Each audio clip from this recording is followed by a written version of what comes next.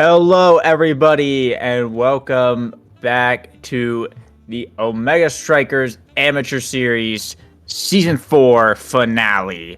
Today, we are bringing you the end, the finals. Tonight, we will have champions crowned for Osas Season 4. And joining me tonight, we have Envy NYC. How you doing tonight?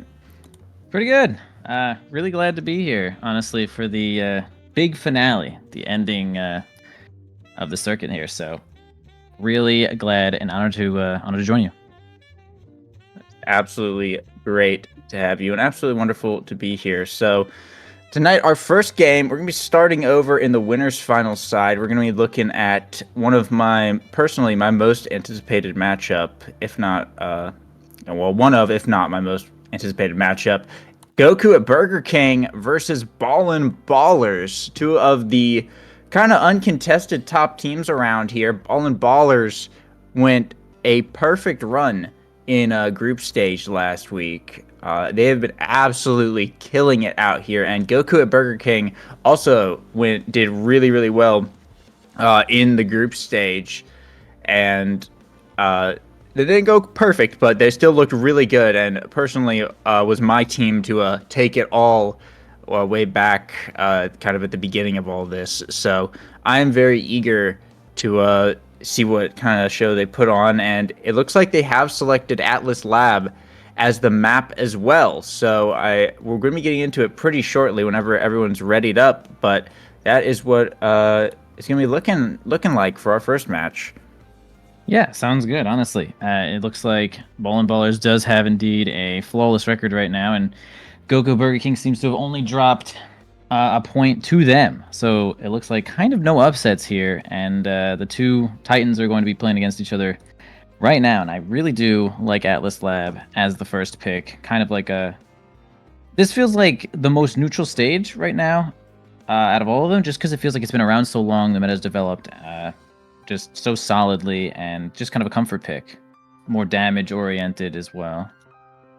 Yeah, definitely kind of the more standard map, it looks like, to start. And this is best of 3, I should point out as well. All these games tonight are going to be best of 3. So At Lab is going to be our first one, and Goku at Burger King were the ones who first picked that map for game 1. But going into game 2, it'll be a little bit different story, as that's going to be on the new and improved Gates of Obscura. And then, should it go to a game 3, we'll end it off with a classic Night Market. So, we'll see if it ends up going to a game 3 or not. I sure hope it does. I feel like it very well could, knowing these teams. But I think it's going to be one of two ways. It's either going to be super close all the way to game 3, or Ballin' Ballers is just going to sweep 2-0.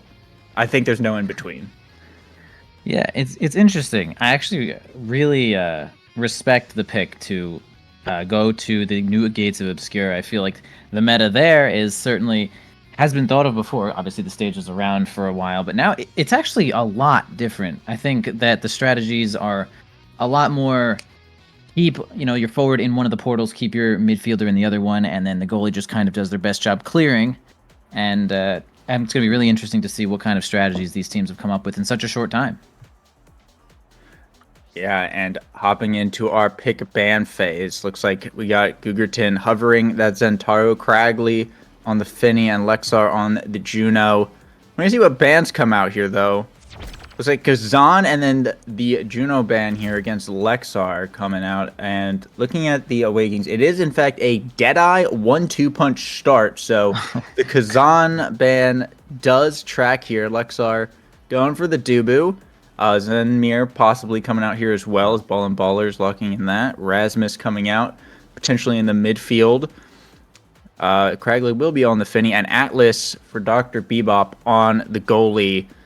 Zentaro from Gugerton, and I've played with Gugerton Zentaro before. It really cooks. So this is going to be a little bit of a forward battle between Big Anime Milkies and Gugerton on that Zenmir. As we jump into this, Cragley and Lexar on the Deadeye. Everyone else going 1-2 punch with both forwards on the side of Ballin' Ballers, actually opting for the Vambrace into the Finny Zen combo that they got over on the side of Goku at Burger King. Yeah, absolutely a solid choice to pick Van Brace. But again, you just mentioned that we have Lexar on the Deadeye, which seems a little strange to me that he did not opt for the 1-2 punch, but perhaps going for some other variant of Dubu at this point. But I thought they were going to go for huge damage right in the beginning when they were hovering some other characters. But now we have 2 defensive goalies, and it's going to be a really strong kill there, right onto Gragley. Advantage to. Oh no! Lexar! Oh, he able to get back in time though. The boot was in fact the right pick there, but did hit level 2, so that's pretty good. Big MMA Milky's taking a fair bit of damage here, but up in this bottom corner, it doesn't matter because it's just gonna be able to strike war the Dubu, get it around the log, find the right shot there. Solid angle on that second strike, but Ballin' Ballers will take a pretty strong first point here. They have the energy advantage. And Cragley is still stuck at level 1. Dare earns a level 2 right there, though, so that's pretty nice. But they're going to look to push this top corner pretty hard. Core flip comes out from Big Anime Milky. He's going to be blocked by Cragley, though. And now Gugerton is the one with the core flip up. But Big Anime Milky's will be able to secure the top barrier. Looking to score a bottom one as well. Brings out the Zenol into passive. Cragley and Lexar able to hold it down, though. Now dribbling in the top. Zenol comes out from Gugerton. Finds a KO here. Onto Lufoxio as Lexar clearing it down here to Cragley, looking to push this bottom side, bring down some barriers of their own. Core flip from Gugerton will bring down the top one. 2 seconds until the midfielders back up, and now it is a 3v3 once again as Dr. Bebop trying to find a way to get it over to Big Anime Milky's, and will find a perfect thread through both Lexar and Cragley, and Big Anime Milky's calls out Lexar's clear with the Zentaro passive, and Ballin' Ballers will bring it to set point. Yeah, and it looked like not much came out of that power play, actually. Both goalies were able to hold that last barrier as far as they possibly could here. And now we're going to have, definitely advantage for Ballin' Ballers with the energy. We're going to have flip on the goalie here, and now we're going to have both barriers going down immediately from Milkers. And now Ballin' Ballers has another power play, and it's going to have to be, Lecture's going to have to use his energy to try to negate some of this offensive pressure, but Milky's is coming in with a flip. Oh, it's perfect pass play is going to be curtains for Goku at Burger King as they get right past the goalie there. Yeah, good setup on that goal. Good positioning. Did not give Lexar too many places to clear that. So very clean set coming out from Ballin' Ballers, and looks like they could be rewarded here. Explosive Entrance is on the board. Missile Prop is also on the board. That could potentially be a good deny, but of course, Spark of Winning as well is here. That will actually be picked up by Gugerton, as looks like the Zentaro from Ballin' Baller is going to go for the Explosive Entrance. Titans on Dr. Bebop, Twin Drive on Lexar here. Monumentalist deny here on Lufoxio, and Missile Prop going over to the Finny. Overall, not a bad draft. That the Spark of Leadership pickup on Gugerton is kind of going to be big because Goku at Burger King are looking to drag this one out anyway because they have to bring it back. So they have a massive advantage in the late game here. So we'll definitely have to see if they're able to bring it back. I mean, this set's going to be pretty crucial for that. No Sparks showed up last time, which means the next couple sets very likely to see some, at least one. So those stats could potentially be pretty big here. But they have managed to bring down one barrier. Looking to bring out second. Oh my goodness, the suit from Lexar. Just going to take out the Zentaro, though. Potentially big power play going to come through here as Lexar on this top side. Struggling to find a good pass here. Brings it down to Cragley on the Gugerton down on the bottom. Brings out the Sentinel. Brings out the passive into primary. Will secure the barrier as Big Anime Milky's has respawned, and now still pushing this bottom. Dr. Bebop passing to the hook. Lufoxio able to push it up into this top corner, but Lexar holds it down with the Dubu. The barrier will stand, but solid passing play there. Will bring down the bottom one, however. It's now Big Anime Milky's dribbling in the bottom corner, sends it back up, brings down the second barrier here as well. Both teams open in overtime. Power pass from Dr. Bebop to Big Anime Milky's is blocked by Lexar's core flip. Dr. Bebop core flips it right back, but Cragley in the midfield able to shut that down, and bouncing it off the wall sends it right through Dr. Bebop. Goku at Burger King putting themselves on the board here in the second set. Absolutely. And yeah, you mentioned before that the Spark of Leadership is going to be a big play for late in the game, but it obviously Ballin' Ballers is going to try to end this game way faster and try not to let them get any sparks, and there were no sparks before. You're all correct. So they're going to have to try to end this set within, losing any points here, because they can't allow this Zen to get any of these sparks. But now we're going to have both barriers going down, one for each team here.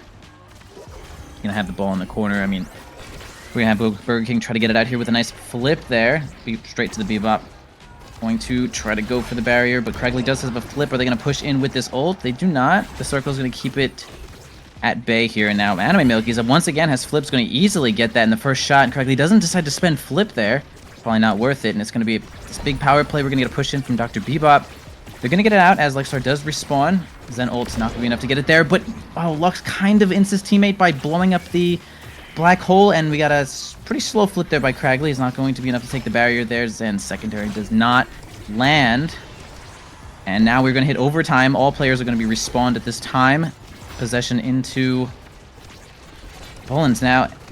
And really close. Good defense here by Lexar. The Dougal ult's actually going to stop that, and really great roll on that one. Oh my gosh, what a save. Lexar yeah, just stopped that right there and did it again. The twin drive just came in huge, and now Gugerton with the dribbling into Zendel. It's not going to be enough, though. Dr. Bebop able to shoot it through all the way around Lexar.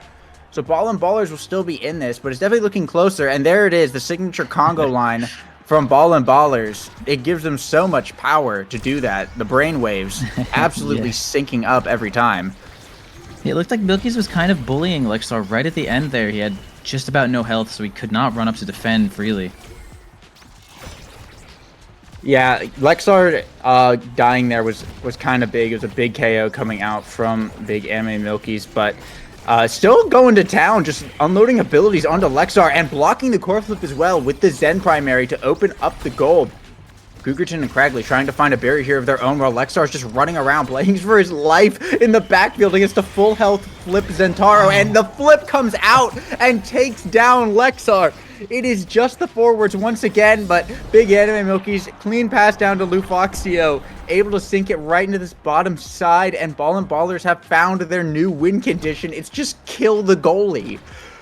I mean, it is a really solid win condition. I mean, Zen already starting the game with 1-2 punch, getting basically small super surge. I mean, and Dubu health just got nerfed last patch.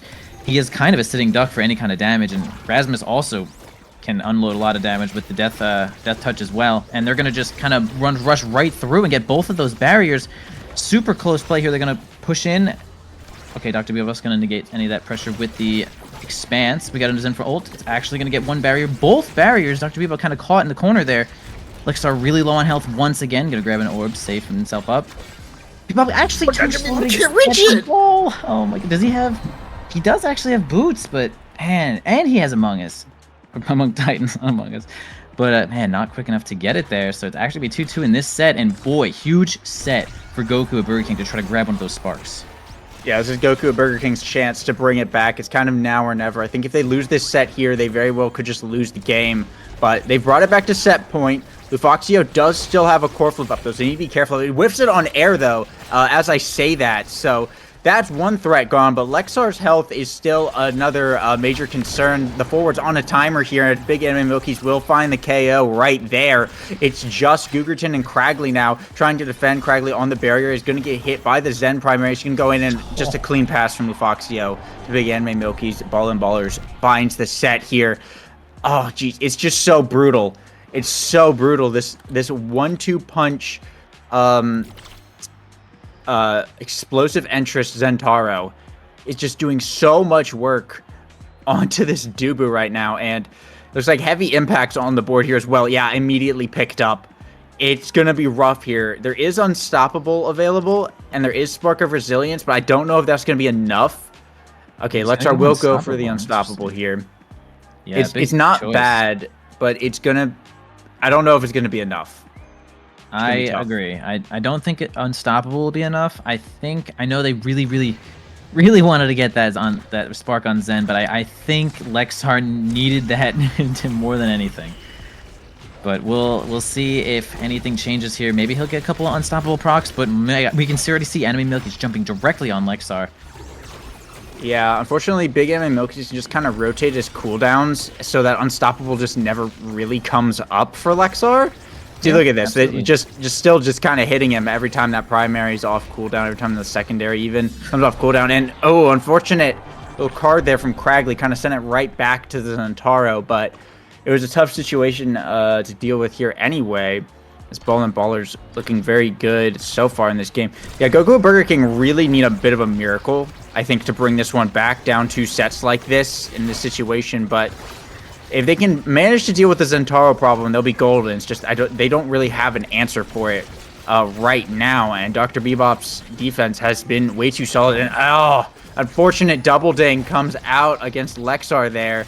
Now Big Anime Milky's pushes it into the bottom, brings out the Zen ult, has earned a core flip up. Dr. Bebop just needs to get the core back over to him. And a pendulum swing from Lufoxio is going to be enough. Just core flips it right in, even past the soup. Ballin' Ballers bringing it to an easy match point so far, and just continuing this insane streak that they've had since last week. Yeah, and we can see that the Rasmus here actually has 1-2 punch and hot shot to make a shocking amount of core speed on just something simple as a pendulum swing. So the hot shot is definitely something to look out for when we have Lufoxio with the ball, but the Finny ult is now going to come out. All right, good flip there. That was almost going to be a guaranteed barrier. Dr. Bebop's going to hold both of them now, and we're going to have a little bit push here. Lots of energy on Goku Burger King, but they kind of don't get everything that they wanted from it, but Lexar still has it. Burger King has almost no health, but they actually find themselves a kill there. Even with no health, was going to reduce basically all the offensive pressure, and now we're going to have Lexar push in for this barrier as hard as he possibly can. It's harder than anything. All of his ults, everyone's ult, the energy comes out. Cragley still has the flip of their own. See if they can help get this barrier as well. But wow, just the primary is going to be enough to fool Lufoxio.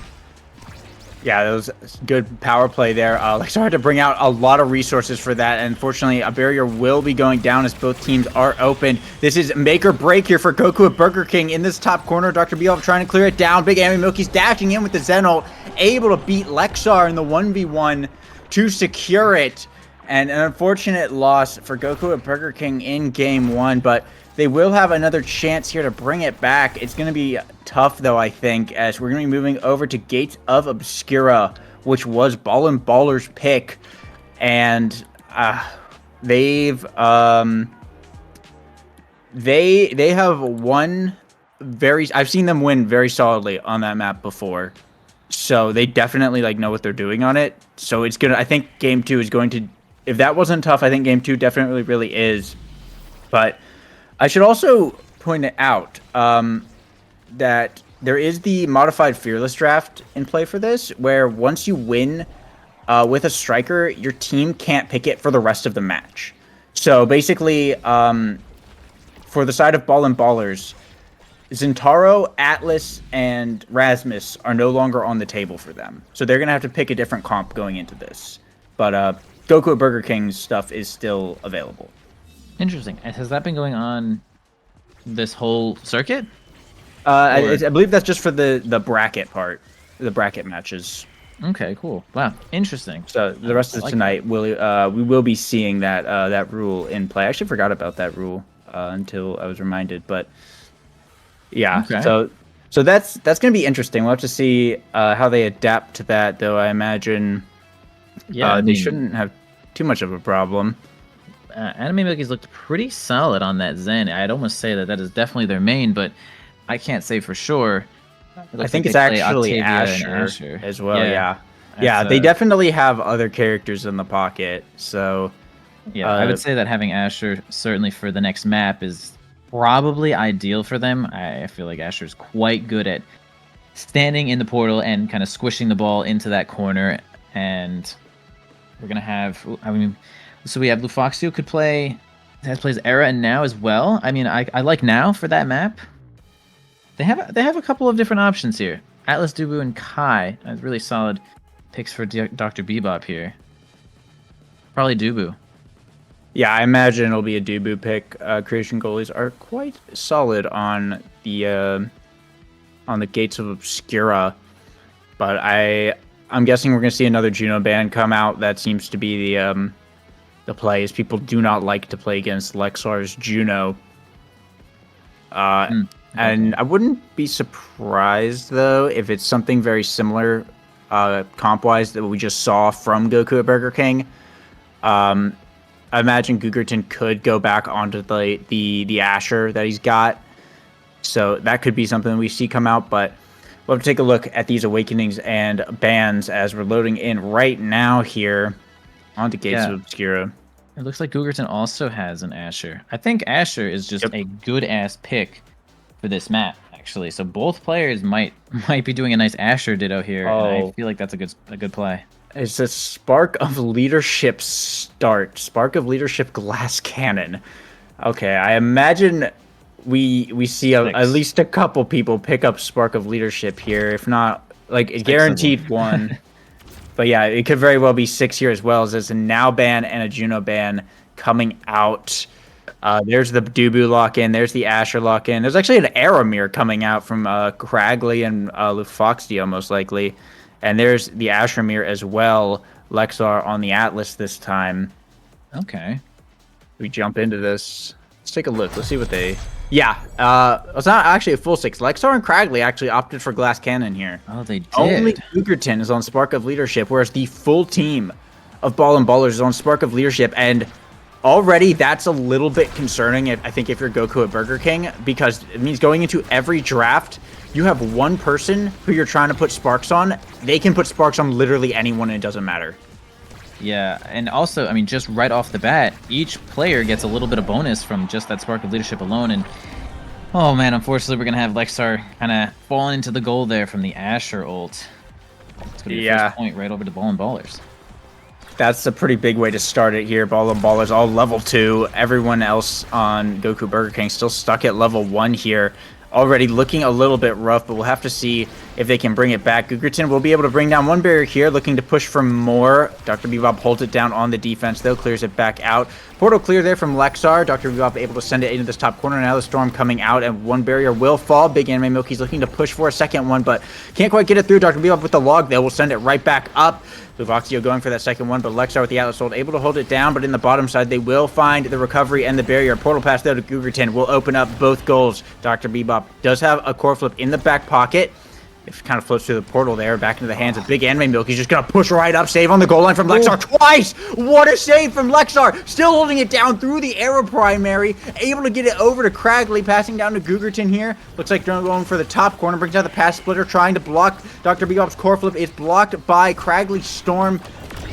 Dr. Bebop will send it through the portal here, but Big Anime Milky finds the kill onto Cragley and core flips. It just sends it right in. The core flip, no, from Lexar is a little too late. It gets burnt, and the point goes through anyway.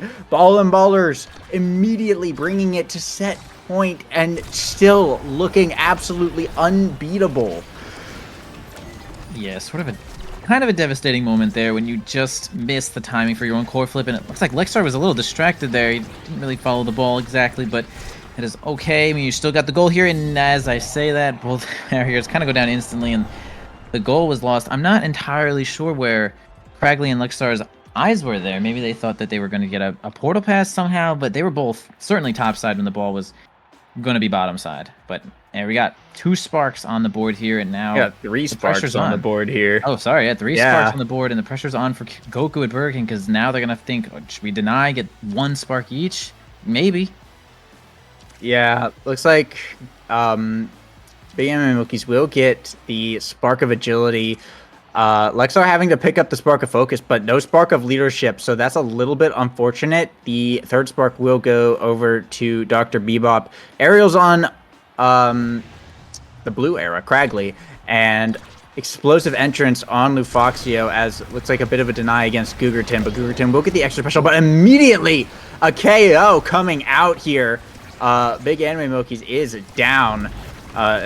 A modern tragedy, really, but the whole entire team of Goku at Burger King pushing this bottom side.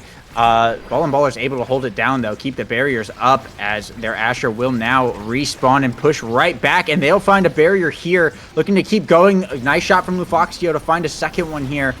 Now in the hands of Cougarton, going for the dribble. Can't do anything with it, though. Cragley going to send it right back in. Still struggling to find this barrier. Dr. Bebop just keeps it so held down on this defense as Lufoxio trying to dribble back up. Cragley intercepts, sends it back up to Cougarton, brings out the pass splitter, and there goes one barrier finally, but they still need to get another one to open up this goal. Lexar sends it into the top. Lufoxio responds to Cragley here in the midfield, sends it down to the bottom corner. Big Anime Milky's core flip comes out from Lexar, but it's blocked by the Asher primary. and sent right in. Ballers on the board once again, looking so unstoppable right now. Yeah, the team synergy is really strong right now in the hands of Ballers, and indeed this draft, I believe, has successfully gotten to them with the 3 openings of Spark of Leadership. As they already lose a barrier, I hope they're not losing faith in each other. As, oh my gosh, so Gugerton is going to be knocked off the map there, and Lexar cannot defend against this flip. It's tough. Flip against open goal is one of the hardest things. You just kind of have to make a guess most of the time, and fortunately, Lexar just can't make it there. Especially as Atlas, you don't really have anything that can reach those top and bottom corners. If you're standing in the center, you just kind of get crossed up on. It's looking really rough here for Goku at Burger King, but it's not totally over yet. Core flip is denied from Lufoxio over to Cragley, but it gets stalled out and sent back over to Big Anime Milkies as Cragley eats so much damage from that storm here as well. But Dr. Bebop sends it through the portal. Cragley sends it back. The soup comes out from Dr. Bebop here to keep it in play. Sends it through the portal once again as Lexar down into the corner. Cragley trying to survive. The ult from Lexar comes out. Will be enough to heal him. Keep him safe, but the barrier here will fall as the offense continues from Ballers, and with some skills from Big Anime Milkies, just absolutely beating up Lexar there. Hit stun permanently. Ballers take the second set, and Lufoxio, the MVP. No sparks, but there is Rapid Fire and Castellest and Chrono Boost here, so kind of the King's Banquet here for Era. Looks like going for the Rapid Fire. Okay, pretty solid. Absolutely. And I was also going to mention that Lufoxio was doing a really good job of keeping the ball, like just keeping the pressure up as Anime Milkies tries to push in with abilities, and we have Lexar using abilities against them. It's really the midfield's job to keep the ball in possession, right in front of the barriers, and that's just what Lufoxio is doing. Just keeping the pressure on, and that's why they're in the MVP there. Yeah, absolutely. The coordination and especially like the offensive plays coming out from Ballers has been very, very solid tonight. It looks like they are on top of their game, and Goku at Burger King struggling to kind of find that same headspace a little bit here. Dr. Bebop, nice portal pass with the log to get it back down to Lufoxio here. Now Big Anime Milky's just dribbling in the top. Lexar makes a solid save there, but it's still going to be tough. The goal is open. 2 barriers are still up for Ballers, and yeah, Big Anime Milky's just going to win the 1v1 against Cragley there. Tough one to beat, and just, even the level discrepancies right now. The Gugerton and Cragley still stuck at level 3. Big Anime Milky's at level 6, Lufoxio at level 5. It's looking pretty rough as Ballers are trying to take this one very decisively. Yeah, we could see that. Unfortunately, Lexar is kind of under an insane amount of pressure. The second that we have Anime Milkies in the Foxio with an offensive push here, he has to use both abilities. He has Flip now, so we're going to see if he can... maybe he can use his Flip to get a barrier or a goal and not just have to use it defensively this time. So both barriers are going to remain for these teams right now, 1 each. Okay, really great clear there, right around the Asher. They're going to hold the possession here right to Gugerton. We're going to love that. Actually a good stun there. So they have the gold open. They have it. This is their chance. Okay, really great expanse. Block. Great block from Lexar. They have the energy advantage now. They're in this bottom corner. Core flip from Dr. Bebop sends it out, so they've gotten through that, but they need to convert back to this offense. Lexar down to Cragley in the bottom corner. Goes for the primary, passing up to Gugerton. The soup comes out to block the core flip, though. Nice defense from Dr. Bebop. Going to go back through the portal here as Lexar tries to clear it back down once again into the same bottom corner. Dr. Bebop with the roll, able to clear it out, but through the portal, back down to Gugerton. Dr. Bebop blocks it and gets self-rezzed by the recovery drone. Got KO'd, came back to life, and the barrier goes down. Core flip from Lexar sends it right back, but Lufoxio and Big Anime Milkies now, they are in their element. Passing place comes out up to Lufoxio. They're able to hold it down. Goku at Burger King behind him. Portal pass to Gugerton gets blocked by Dr. Bebop's roll, though. It was almost beautiful, but they're going to try again. Gugerton dribble into dash. Dr. Bebop is right there to block it, though. Sends it through the portal. And Big Anime Milkies running to intercept, but Lexar on the defense twice. Wins 2 of them. Gets it back up to Gugerton. The soup comes out from Dr. Bebop, but will it be enough? It will. The defense is still too solid from Ball and Ballers. Gugerton once again trying to get it through, but Dr. Bebop just always has a weapon available. Burns a core flip, but Gugerton with a pass splitter into Asher Primary will block it as finally Goku and Burger King put themselves on the board in game 2, but they need so much more to bring it back. Honestly, it's that round. Certainly, Goku Burger King was at most disadvantaged that round, but they actually decided to pull through, and it lasted so long that Gugerton has a flip now, and so does Cragley. It lasted so long they have so much energy now, and even have the freaking power play. That's finally the goalie dead now. Bebop here. And Big Anime Milky's missing the dash. The core flip from Cragley's going to send it right through. Goku at Burger King bring it to set point. They want to come back. They want to still be in this game, but they need to win this set. They need to not choke here and just take the set. Keep the momentum that they've got and push onwards with it. They will hold down the barriers here on kickoff. Lexar in the bottom corner sends it through the portal. Dr. Bebop just going to send it right back past to Cragley through the portal. It just gets sent right back once again by the log here. Cragley winning the strike force, sending it through the portal, trying to get through Gugerton. Unfortunate angle in the pass splitter, just sends it right back down. But now, pushing this bottom corner, Gugerton forces out the soup here. The offense is still on, though. Looks like they just need to get through Lufoxio, having a little bit of trouble with that. Dr. Bebop, portal pass. Oh, if he had passed it straight, it could have gone to the Asher, but instead Lexar was able to clear it out of there. But now still on the defense, core flip from Lexar. Holds down both barriers solidly, and there's Goku at Burger King, bringing down their first barrier. Cragley once more, though, pushing this bottom corner. The storm's going to come out. Dr. Bebop, it's going to go down. Roll comes out too late. Pass up to Gugerton, finds the top corner. Goku at Burger King take the set, and they are still in this. Wow, actually huge. Really good synergy there. They actually, wow. Keeping out the pressure just when they need to. Actually pretty damn good use of flips as well. And the reward is going to be something like Monumentalist Era. They have, it looks like Dr. Bebop probably is going to be the one to grab team player here as well. No size here for Asher. Maybe just, okay, speed is completely acceptable. And now it just maybe denies. Nothing huge for Atlas. Actually, Missile Prop Atlas would be huge. All right, Timeless is actually just as well. Yeah, there's a lot on this board for Atlas to take. I think Lexar kind of doesn't really lose here because there's 3 like really, really solid picks regardless. The Unstoppable, the Unstoppable on Lufoxio isn't really much. I think overall Goku at Burger King won this, but of course that team player on Dr. Bebop will be huge. It's not as insane on this map because the portals don't count for team player passes, but it's still just really, really good in general.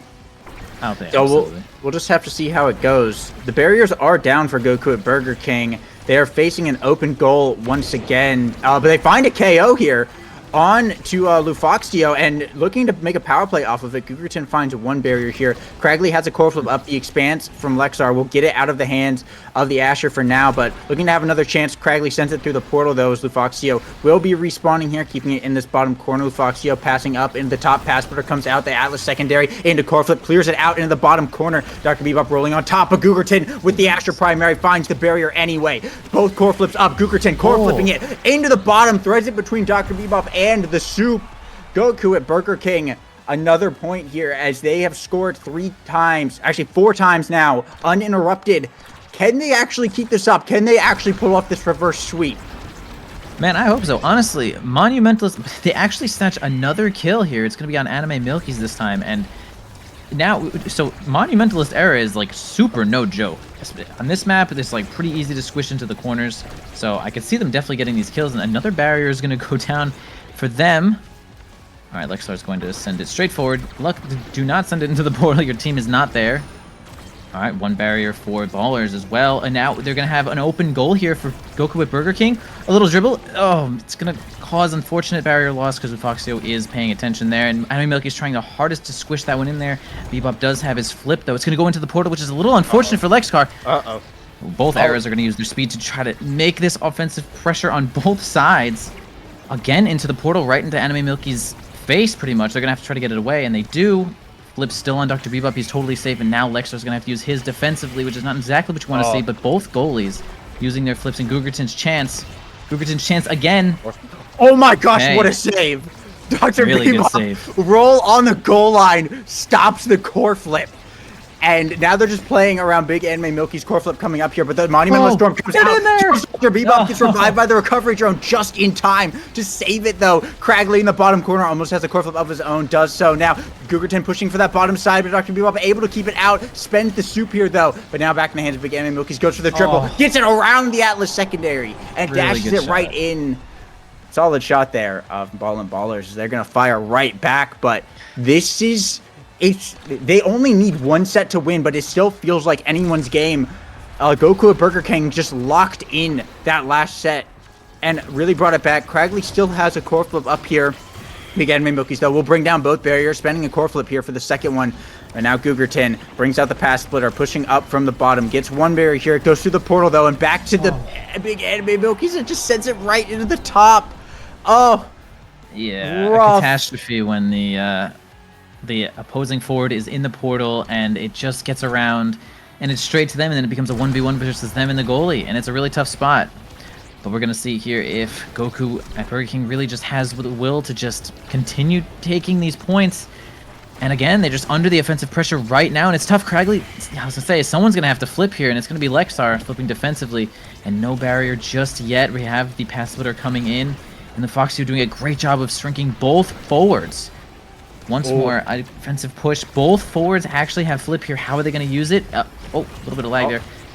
But they do manage to get one. One barrier down to the Storm. Dr. Bebop flips it through the portal. It will bring down a barrier here from Goku at Burger King. Lexar able to get it past the pass splitter, but still in the hands of Big Anime Milky's. The secondary comes out from the Atlas and will be able to clear it out, though. Cragley with the core flip up, burning it right here, passes it to Gugerton, but Dr. Bebop barely saves that barrier with a strike. Gugerton, though, gonna try again. The soup from Dr. Bebop shuts it down, though, gets it back up to Big Anime Milky's, and Lufoxio with the primary, the Era primary, finds the shot as Ballin' Ballers end the game. Goku at Burger King, they had a spark there for a moment, like the most important moment. And they just couldn't bring it through. I was gonna say, Lexar, right at the end there, Lexar made like 2 or 3 really great saves, like right through the path splitter. It was like exactly what they needed with the astral projection, and it just wasn't enough. It's hard. It's hard, you know. It's a weird map. Asher standing in the portal. Yeah, it's just tough.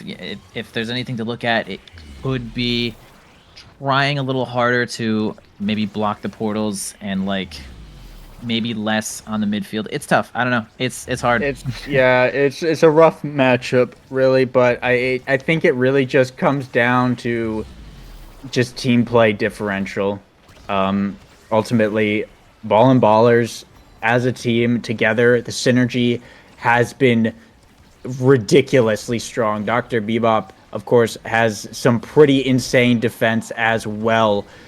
So when you have a hard time scoring and you have these two forwards that just kind of know what they want to do from the outset, you have a power defense and this power offense that it's just really tough. It's going to be hard, I think, for any team to really beat Ballin' Ballers here. They're really the team to beat tonight, going totally undefeated. They dropped 1 set tonight.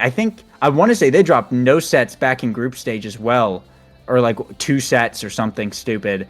They were winning very, very hard. So if someone actually does come back and beat them, it's going to be a major upset for real. But this is not the end of the story for Goku at Burger King, because they will be sent over to losers bracket, losers finals, where they will face the winner of Chikara Yappers and Chikara Cat Girls, which we'll be going to shortly. We'll be streaming that game as well. So a minor funny stat here, actually. Both midfielders and both goalies had the same amount of redirects. Like, we had both midfielders at 113 redirects, both goalies at 126 redirects. Like, that's actually everyone wild. was playing this game. It was indeed just a team play differential. Yeah, some uses of flips could have probably been a little bit better. It's just certain pushes.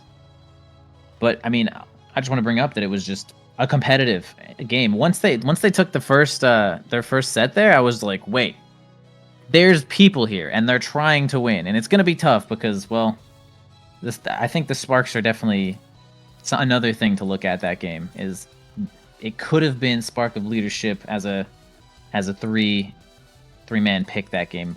Maybe they would have gotten a little bit more out of what they picked, especially with the 3 sparks that came up on the first set. Yeah, yeah. I don't know if the glass cannon was the pick, but coming up, we're going to be having the losers semifinals, the Chikara Team Kill Special, Chikara Yappers versus Chikara Cat Girls winners going on to fight Goku at Burger King and find a spot in the grand finals. But that's all from us for right now. Stick around. We're going to take a short break, and we'll be right back with that match.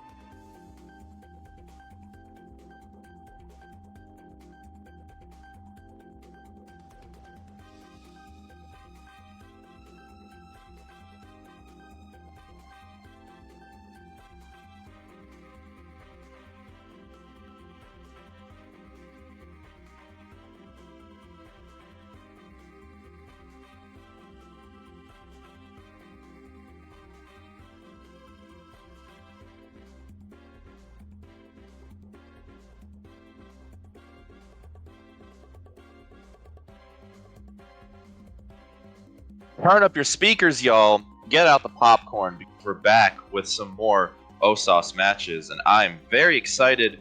My name is Frying Pan Man, and I'm very happy to be again commentating some games with my friend Soggy Iguana. How are you doing tonight? I'm doing fantastic, and with the lineup we got today, it's gonna get even more exciting. How are you doing though? Before we jump the gun. I'm doing all good. You know, had a long day, but we're here for some Omega Strikers, and that's what makes it better. And yeah, no, we got some pretty good matchups here because we're running into the Chikara versus Chikara gameplay here. Chikara Yappers against Chikara Catgirls. One team making it to losers finals, the other team being taken out of the tournament. And we've seen gameplay from both these teams. We know they can both perform. Got some really big picks going into here. They're probably very familiar with each other. They know what makes the other team tick. And all in all, I'm very excited to see what they do with that information. What are you thinking here? I'm thinking one way or another, Chikara's winning this one. You may say that Chikara is a bit of a stronger team, but I'd have to disagree. Chikara does a really good job of holding down the goal. All jokes aside, though, I think it's going to be a very even split here. My personal bet goes on Yappers. Having seen Wolfmang, Bladeswift, and Big Bro be able to put out these numbers, I think they've got a chance to win it here. I appreciate the expert level analysis. Moving in here, Jubu and Rune going to be banned out. And talking about map order, we didn't even talk about that yet. We're going into Taiko for the first map. Very exciting considering Taiko can be a very finicky pick. You don't see it very often, but the teams that know how to play the map will force you onto Taiko just because it can be a bit unfamiliar. Moving in from that, we'll then be later going into some very interesting picks with Inkies and possibly Night Market if we go to a third game. Night Market being the most normal map out of the three, but also being in the end. So both teams want to rain chaos on the field today. Speaking of chaos, I think we've got a very strong start here with Build Different and Timeless Creator. We're going to be seeing the creation-reliant strikers such as Now and Atlas picking up the Timeless, whereas everyone else is going Built Different. Well, either way, starting up here, first barrier is already going to be going down. Imi's going to have to use that Atlas primary to get it through. However, great pass there to Mororu, who's going to find the barrier to even it up on both sides. Bladeswift's going to move in, however, make it two. The Asher forwards already making a name for themselves with some pretty powerful hits. Wolfmang, however, going to be able to get it out, and with that Vice ult, really early level 2, is going to keep the pressure up, getting it to Bladeswift, going to make a very quick and easy first goal here for Chikara Yappers. A very nice set. We're seeing Bladeswift really make use of the recent Asher buffs with the passive stability of her primary really giving a boost to her offensive play. We're seeing a lot more Asher picks than we have in previous seasons. Moving in here, Mororu going to try and make a play, but going to get stopped by the Mako ult. Big Bro trying to find a way around that. Now secondary is going to keep the core over on the side of Chikara Catgirls, but Imi is going to try to find a way through, almost able to do so. Bladeswift with the low stagger, but the high IQ pass there through to get the second. Really quick series of points here for Chikara Yappers. Kick off here, the Ash is going to have a bit of a fight. Bladeswift having used the primary previously, Maru is going to get the advantage. And a now triangle getting placed by Dairoth, able to take a quick barrier. Continuing on here, great Atlas secondary. Imi is going to keep the core in play. However, Mororu is going to do the same, keeping it up there. Great series of Asher pressure is going to leave the goal open for Chikara Yappers. They're going to have to make sure they can keep the lead.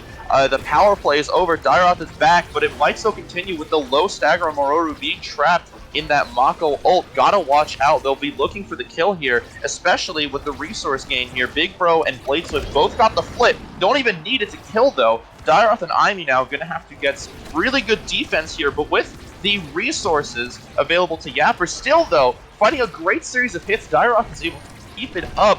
And again, the power play is denied. Imi able to find a great pass to Mororu. That Asher ult's going to make it difficult, but Wolfmang finds the angle, able to get it out. Bladeswift and Big Bro still holding on to that flip, but finally spending it The Atlas secondary coming out, able to deny any big plays, on Mororu finding their way through that Mako secondary is going to get the first point to Chikara Cat Girls. They are not giving this up without a fight. Really a fantastic primary coming up from Maru there. They're able to use the absolute edge of the hitbox to tip it in and get it just out of Wolfmang's range. Truly great stuff we're seeing here. But that's not saying anything about Wolfmang. Wolfmang's able to hold it down here, keeping the offensive pressure up as Yappers get control of the core. Bladeswift able to force it into this corner, applying just infinite amounts of pressure. Finally, Aimi and Dairoth able to get it out there. Now it's Mororu's turn to apply intense pressure. Mororu doing great work there to avoid that Vice ult, and continuing the pressure with the ult there, doing great work with that Asher Wall. Great hit upward, getting past everything. The now primary and Mororu in a perfect position to get it through. And Chikara Cat Girls is not taking this lane down, already bringing it to the 2-2 tie. Gonna have to keep it up, and now with the resource advantage here, Dairoth almost having the flip, they might be able to make something big happen. Some chaotic bounces off the middle there, evens out the barriers 1-1, but the Atlas Expanse sort of stalls out time, and Bladeswift able to push it up there. Big Bro and Bladeswift now splitting the lane, trying to get it past there. Bladeswift eating the now triangle, hoping to make a play here, but it's not quite going to find its way. Continuing on here, an unfortunate series of hits along the middle there is going to lead to the barrier going down. Both goals now open for both teams. Bladeswift here getting a chance to move up, but the Atlas Expanse and Dairoth positioning is going to deny that, and they're keeping the core away. Dairoth getting a chance here, Wolfman getting a great hit out. Ooh, a dodge strike, almost a bit unfortunate, but it worked out really well, able to get it away. Wolfmang and Big Bro trying to find a way through, able to do so through Mororu, but a great Atlas primary is going to keep the core in play. Dairoth not able to strike war both of them. The flip possibly coming out from Bladeswift soon to try and supplement it, but not quite. But oh, almost getting it through, but it doesn't matter. Bladeswift follows up that missed flip with a great Asher primary, the bug fix, working wonders there to get the first set to Chikara Yappers. You know Bladeswift had to do to them. Opening up the draft here, you've got some really interesting takes. Rapid Fire being an omnipresent threat, just universally good, as well as team player. Aimi and Wolfmang being so close together, one of them definitely has to pick up team player here. It's just such a strong awakening. Yep, we're seeing Aimi take that. Heavy Impact, definitely not something to snooze on Mako, though. Being able to get that multi-hit refund, I believe that works on her secondary? I believe that's the interaction, yes. It absolutely incredible. Just saying, basically you get Rapid Fire, but for your secondary. Yeah, you usually always take Heavy Impact on Mako because the secondary, the multi-hit effect activates off of affecting teammates, which is why you want to use it here.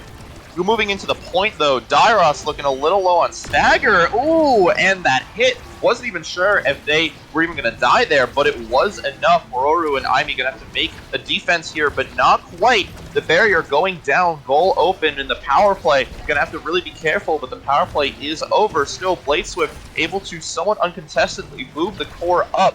Having to spend the Atlas secondary, Aimi will get it out of there, however. Dairoth teleporting in to try and make it a double play, but defense able to find a nice hit out of there with the flip. Not able to use it yet, but with this bouncing, it's gonna go crazy with that play. Aimi almost finding a hit out, but Big Bro backing up with that amazing Vice primary is gonna get it through. Really a big brain primary to Big Bro there. It's not often you see your teammates set up a flip for your abilities, so having that coordination between the two of them really went crazy there, being able to get it out of there and get the goal through an unexpected manner. That being said, Maruru's going to find a double tap, Wolfmang barely able to get to either of the barriers. Flip coming out from Aimi, but Bladeswift just says no thank you. Big Bro using the primary, not able to find anything. Maruru really trying to make a play, but once again, the core's going over to Bladeswift, takes the barrier. Big Bro having energy flip here, might be looking for a play to make, but Maru making them play their own, knocks out Big Bro, taking away the flip. Maru flip coming out, but Wolfmang is not going to have it. It doesn't matter, though, because Dairoth isn't having it either. Again, the power play is being kept up with Bladeswift being taken out. Maru trying to find some hits around, almost able to do so. Great work by Aimi there to keep the core in play, but Wolfmang and Big Bro are able to keep it out long enough for Blade Swift to come back. Gonna have to get it past Asher here, and are able to do so, but gonna be difficult with Wolfmang having to spend the flip there, able to do so successfully. I mean, now gonna have to deal with Blade Swift alone, and Dyroth might have to be careful. Having to spend the flip there, don't want to lose it. Wolfmang using great secondary there. Mororu and Dyroth looking very low. They're gonna have to make a play soon. The Atlas ult coming out, but once it's done, they are in danger. Big Bro able to get a free clear here out to Blade Swift, not quite enough. Atlas secondary coming out. Dyroth able to be healed up, but Mororu is in danger, and that is going to be fulfilled. Going down, Aimi using a great flip. The power play does not matter here for Chikara Catgirls. That great shot there is going to allow this set to go to a 1-1. Aimi was able to see the ability usage there, counting abilities, saw that Wolfmang and Blade Swift had nothing to stop it, and just took the shot. Truly fantastic to be able to keep track of all that stuff and make sure that nothing's coming their way to stop that. Wolfmang's going to be able to save this core, though. Resource-wise, you're going to have to be careful moving in here. Big Bro's got the flip. Blade Swift almost has the flip, and Wolfmang's not far behind. In comparison, Chikara Catgirls is looking a bit low on energy, but it doesn't matter as both barriers are now open. Still, gonna have to watch out here. Great Atlas Primary is gonna get the core out of there, but Blade Swift's moving in, not spinning the flip quite yet. Might be doing it here, not even needing it. Great Asher Primary is gonna get it through. That Atlas Expanse not fast enough to catch it. And going in here, Chikara Yappers has the advantage with 2-1. Being able to maintain all this energy is going to give them a strong lead into this set, even more so than having the 2-1 point advantage. An attempt on the barrier, but not quite going to be able to find it. That being said, finds it now. Having flipped, forces the barrier, opens it up. Wolfmang being able to hold on to theirs. Something's going to be able to happen here. They're setting up an intense play. That being said, Aimi able to stop it from coming out. Maru forcing a barrier. They're on a rampage here.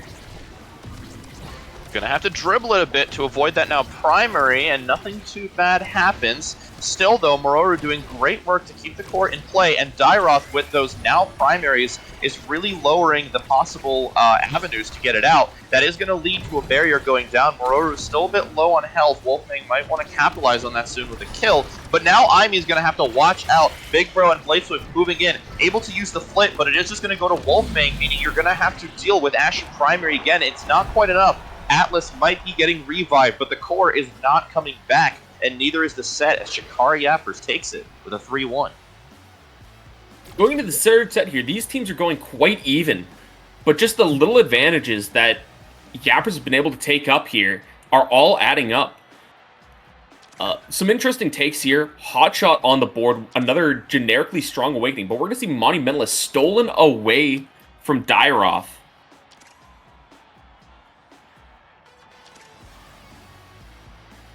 Waiting on the picks here, but we are going to be seeing Unstoppable. Big Bro is going to be continuing that offensive pressure, and Wolfmang's going to be able to back it up with a nice missile prop.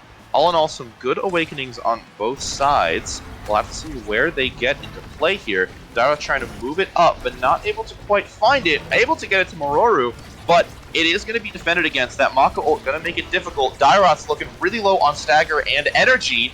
That Vice ult was almost the end, but not quite enough. Mororu using the chance to get in. Great Atlas ult is going to allow Dyroth to stay in the game, and now Blade Swift's got to be careful. Again, that low stagger against these comps is going to be a dangerous game. Again, that missile prop. Wolfmang, great use of it there to get the core up there, getting both barriers down. The Atlas secondary going to keep the core away, but not away enough as it shrinks. Big Bro finds the avenue, finds the alleyway.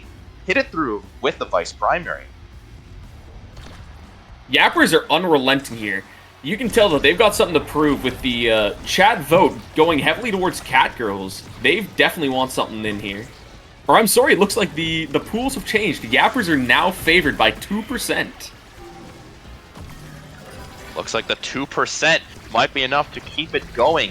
Aimi having to get it out of there, but is able to do so very well. Mororu with the flip, not using it yet. Both sides have flip, but Yappers has 3, which is quite a big difference. Gonna have to be careful here, especially, again, Mororu with the low stagger. The Atlas ult coming out, meaning can't be killed quite yet, but once it goes away, it's gonna be time for Mororu to go away as well, and that's what is gonna happen.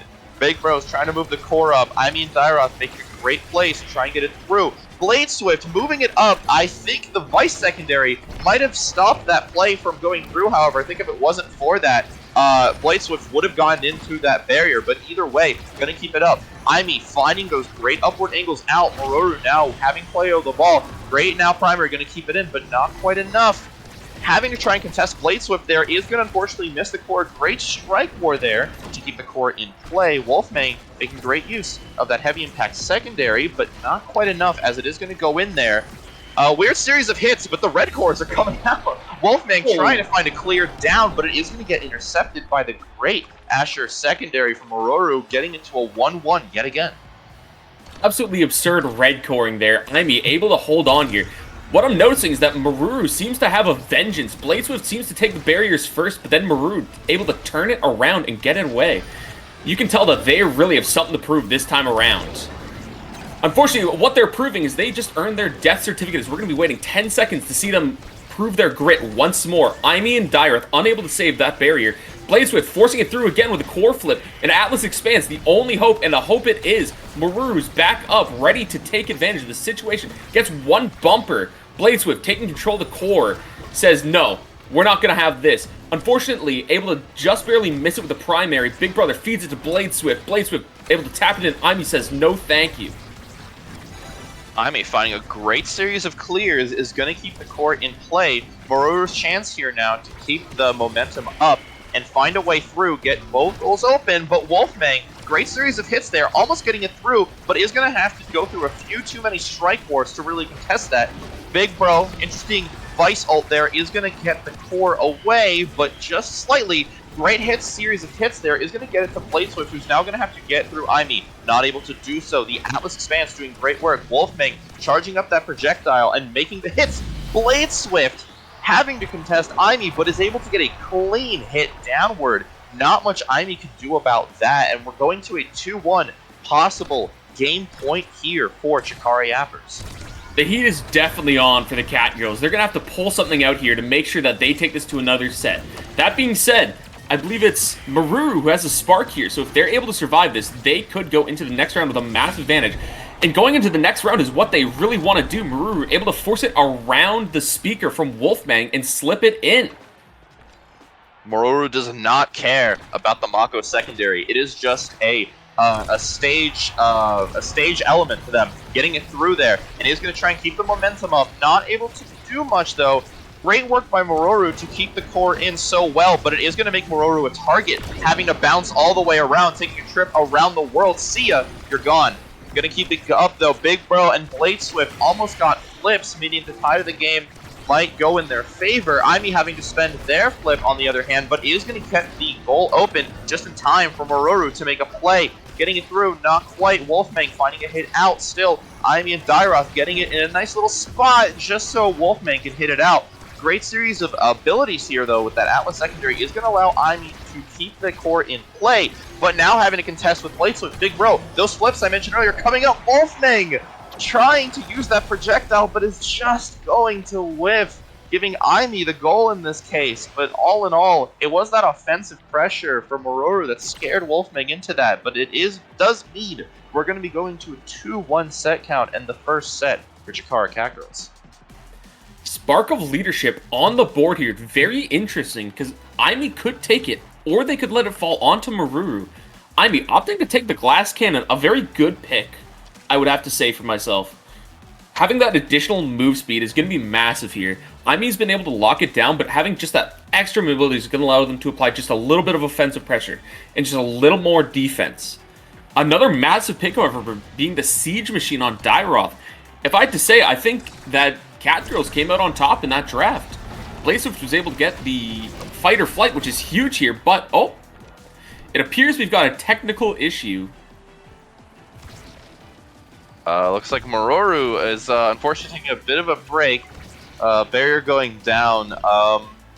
We'll have to see what's going on, but hopefully Mororu come back soon and we can keep the game going. But until then, we're just going to be chilling here, Taiko Temple. Thankfully, with both teams being Chikara, it is definitely in their sportsmanship interest to wait it out. I definitely wouldn't expect them to keep playing the goal out. I guess since we're waiting a bit, we can take the time to view what's happened so far. I've definitely seen a lot of even plays overall. Both teams having a lot of chances to make big forward momentum, but in general, Chikara Yapper has been able to do a lot more with these pushes, and that's given them much more of the advantage. We've finally seen a set here in favor of Chikara Catgirls, but it was a very close one, and it was due to a lot of really nice series of plays that really made it happen. I think both teams have a good chance here, especially now that Mororu's back. But Mororu is back. Either way, let's see now that two barriers are down on both sides, what these teams are going to do. Continuing on here, Aimi getting into Mororu, but with the now primary there, getting some of that red core energy, not quite enough. Mororu trying to use the Asher ult, both sides using it. The Atlas secondary coming out is going to lead to the core staying in play, but Aimi going to be hit slightly out, not able to contest that. Mororu trying to strike more, but not able to do much. And a very close Atlas primary coming out there, not going to be able to contest that Asher secondary. The hitbox is just a little too large there, and it is going to lead to the first point. It's Chikara Yappers. That's the power of overtime there. The least suspecting things are going to make it red core. Asher Dash, I find, not having the strongest hitbox, but being able to red core jump scare Aimi was able to secure the goal. Big Bro using Vice ult here, but keeping the core in his half. Aimi forced to flip here, taking a berry for it. Even Stevens now. And a flip coming right back out of Wolfgang, but not quite succeeding to find the barrier. We're going to see the two goalies basically passing amongst each other as the forwards are having a bit of difficulty catching it, but Mororu using a flip and forcing it in. The patience on that play, that's what sold it. Wolfgang was not able to predict just how long Mororu was going to wait, and it's going to lead us into a 1-1. Who has the momentum now? I'm not sure, but Mororu's trying to keep the core up single-handedly. Actually doing a great job, especially with Dairoth bringing in that supplementary now secondary is going to keep the core in play. Teleporting around, Dairoth able to influence a much bigger side of the field. Additionally, Aimi, great set of secondary there, is going to lead to the barriers being saved, but now going to have to deal with that corner. Able to do so, Wolfgang trying to keep it in play with that primary. Great use of it, but not quite enough. Mororu moving in. Not much you can do about that. Very difficult to contest. Using the Mako ult is going to keep the core from moving forward, but it is also going to keep it on Mororu, who is going to take the opportunity after it is gone to move it through. And it looks like Chikara Catgirls might have brought it back in their favor now. That's right. We're able to see some of the momentum coming out from here. Mororu, like I said, able to play extremely excellently from behind, having a mental of steel, almost playing better when they're down barriers.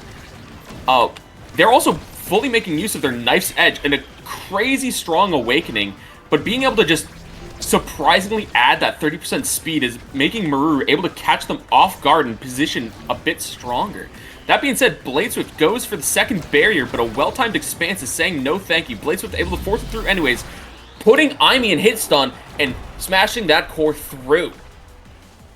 Moving into this next set, we've got some flips coming up. Wolfman getting close, but Aimi and Mororu are closer. Actually, Dairoth is basically just as close. The resource advantage is definitely on the side of Chikara Catgirls here. But either way, Big Bro is moving it through with that Vice primary, but not quite enough. The series of abilities from Mororu and Aimi are going to move it past Big Bro, using the ult there, but not going to lead to much. Aimi trying to pass to Mororu, not able to get it through. Bladeswift is there to interrupt. Wolfgang now as the core, having to contest with Dairoth, able to do so pretty well, but not quite well enough. Having to move it through. Great set of strike wars is going to keep the core in there. Big Bro spending the flip and also getting the kill. Aimi having to spend the flip to avoid anything from Bladeswift. Big Bro, great Vice secondary, going to keep the core in play. Going to have to be really scared here because Bladeswift is moving it through. Not much you can do about the train that is that Vice, that Asher flip, and it's going to lead to the game win here for Chikara Yappers. Absolutely insane flips a few times there. Big Bro and Bladeswift both using them for their bloodlust in that round. Absolutely incredible stuff. Maruru, Aimi, Dairoth really putting up an excellent fight, but unfortunately not able to quite close out the rounds. Was a bit problematic for them. That being said, I believe it was Yapper's advantage as they picked first, which means it is Cat Girls who are taking us to their map of choice next. And that map is going to be Inky's Splash Zone, a very controversial map. Tell me, Frying Pan Man, what do you think of Inky's? Yeah, I've had a lot of heated conversations about Inky's with my Omega Strikers pals. I felt a lot of different things about the map. So it's difficult for me to really have one opinion on it, because there are times where I don't think the map is that bad, but there are also times where the map is just horrible to play on. I mean, the barriers are really big. The cannon, you have to contest with that, and sometimes it's not even like an issue, and other times it's just a complete game changer that you have to account for in every play. If anything, it's really a map like no other. There's not a lot of maps in this game that you really play the way that Inky's does. But that's my take on it. What opinion do you have on Inky's Splash Zone? Wow, it's a tough and it's a loaded question. Personally, I think it depends on my mood. As a midfielder Juno player, I find it a bit easy, the map. It's just so abusable with that water cannon. You're able to sneak a slime in there and put it into the water cannon. You're able to sneak a slime in there and take it out of the water cannon. The barrier is so big that it's basically free real estate.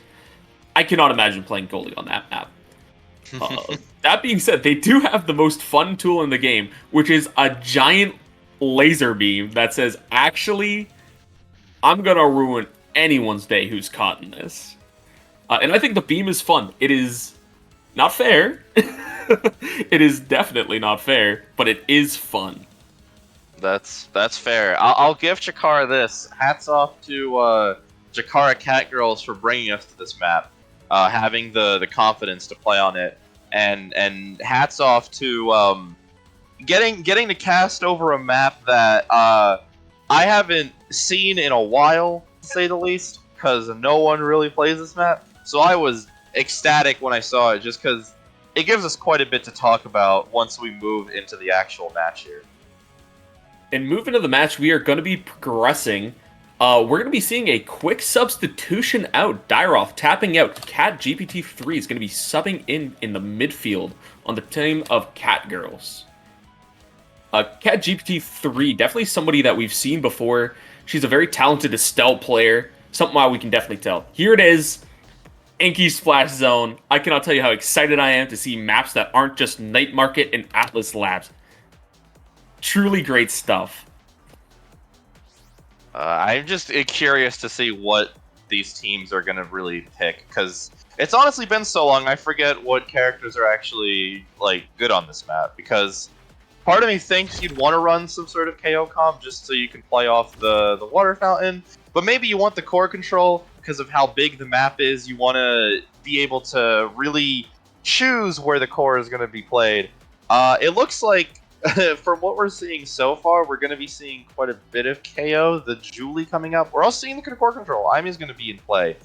I think both teams are going to go for a balance of both the core and the KO, because that seems like that's how you make the most of this map. Well, with the beginning awakenings of Cast to Last as well as Spark of... I'm sorry, I'm tapping out. Never get it. It's the glasses. Spark of Focus. Spark of Focus, that's it. I'm so unfocused on what their names are, that's why it eludes me. I genuinely think Octavia may have been a really good pick here on the side of Bladeswift if they chose what they'd hovered. Being able to push people into the water fountain with a special, as well as just having general offensive pressure that Octavia brings with one of her best awakenings, could have been very strong. But instead, we're seeing a Juliet, and we're seeing a quick bumper take on the side of Chikara Yappers. Gonna have to play around that cannon now. But unfortunately, Bladeswift able to get it as well. And there goes Wolfmang just to the infamous laser. We can already see the evidence of why Chikara Catgirls decided to pick this map. They're making the most of it with the ability uses, getting that early barrier. Great work. Already continuing it. Mororu's running the show with the Zen plays. And an 8-second goal and the plat emote, the esports emote coming out. Mororu is living it up. Moruru said, listen, you got last game. This game is mine. I don't care what it takes. I don't care if I have to take you to Inkies over it. I'm winning this one. It's on me. CatGPT is going to take the core. Wait out the Alice Expanse, one of the best ways to beat the ability. Ami glitch popping it, giving it to Moruru. Almost able to get that bumper, but Wolfgang, having solid defense, says no thank you. Bladeswift gets the bumper. Big Bro taking control of the core, but CatGPT3 says, nope. I'm yoinking that, thanks. A quick dribble. Oh. Continuing on here, Wolfgang going to be getting it to Bladeswift, but not quite. The Imi coming out with the secondary, going to be bringing it away. CatGPT3 getting close with that barrage, but not quite. Again, we're going to be seeing 2 flips here on Mororu and CatGPT, but it doesn't matter if Bladeswift's moving it in with that dash punch to bring the first point to Chikara Yappers. Cover up with yourself, cover down with your dash. Bladeswift's going to push it right through the middle with a punch. Big Bro's going to be able to take control here. Kai Primary barrage it into the barrier. A great pick on this map. Able to apply so much pressure with that, basically guaranteeing its laser beam time. Speaking of which, it is laser beam time, but we're not going to see much use out of it. Bladeswift able to get the dash punch off on Moruru. Imi's just going to wait out the core, just going to have a little nap with it, wait for some better positioning as CatGPT3 has flipped and is able to control the core. Moruru back up. Remember, spawns happen on the reverse side of the map, something that trips me out very often here. We're going to see... it's got to happen, though. Oh, it's got to happen. Got to watch out for that laser, but it doesn't matter. Bladeswift moving in with the flip. Gonna be killed for it, though. Gotta watch out. Moving up here, CatGPT might be using the flip to get it through. Doesn't need it, though. Mororu gonna get a nice barrier here. CatGPT3 avoiding the Kai barrage entirely by trying to pass. The laser cannon is gonna keep it in play, and Mororu is in perfect position to snipe it in, giving the set to Chikara Catgirls. Momentum is in their side of the field now with this map pick.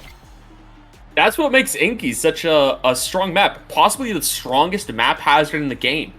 Moruru was able to have their play defended against Wolfgang. Really solid defense. But having that cannon just be able to cover half the map and say, I'm going to feed it back to Moruru, really shows that it's hard to fail with a proper use. And that's on Imi. Imi was able to hit the cannon and take it and back up and feed the core to Moruru. Notable draft on this is going to be the Spark of Agility on CatGPT3. If Bladeswift had got it, this would have been a much different game. That being said, CatGPT does have 2 Sparks now and can risk going for a 3rd.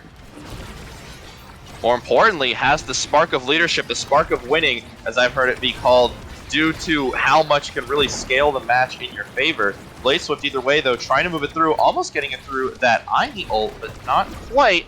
Big Bro moving in, but great. A glitch pop there from Imi. Going to keep the core in play. Moving it up, Bladeswift's got to really be careful with the low stagger, and that's why, folks, Imi going to be taking them out with a glitch pop. Expanse there is going to keep the core from moving in. Big Bro with the barrage, but still, it's Mororu's time to move it through. Wolfgang trying to move it down and away from the Zen ult, but it's just going to throw it in a clear angle that cannot be contested. And the first point, the momentum is continuing Chikara Catgirls' favor.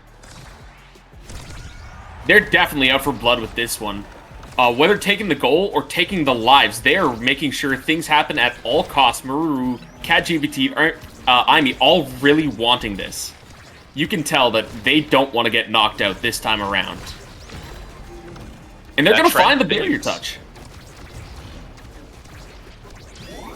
Going to use that laser there to keep the core in play, able to do so. CatGPT finding a hit through, and Mororu getting a sneaky hit in there. Wolfgang, unfortunately, without the cooldowns to contest it. The point going to Chikara Catgirls. Moruru absolutely boggling the brain with that primary, able to force it through Wolfgang just by catching them off guard. And that's a valid strategy. Sometimes you got to do the unexpected to make sure your play succeeds. The flip gonna be denied. Great hit with the Julie ult. Mororu now gonna have to be careful with the low stagger. Additionally, Big Bro gonna be moving in, not gonna get to use the flip because Aimi is gonna use theirs first.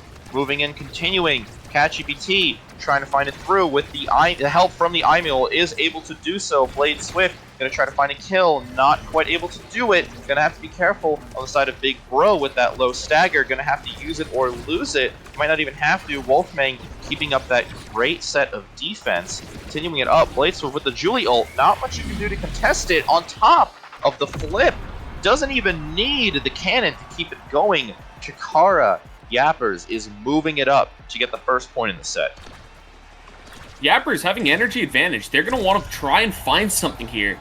Big Bro having flip, going to be able to make a play if they're able to take that bumper. But taking a bumper has been a real struggle here. Aimi's been able to keep it out of their half for most of the game, and when it is in their half, they're just able to clear it. Like that, slipping it around Blade Swift. Mororu able to catch it. Blade Swift catching it again. Continuing in here, CatGPT moving it in with that barrage, and the flip coming out is going to waste Big Bro's flip. Blade Swift almost getting a chance in, but Aimi getting a nice clean hit to the forwards. The cannon not out for long enough. The barrier's going down.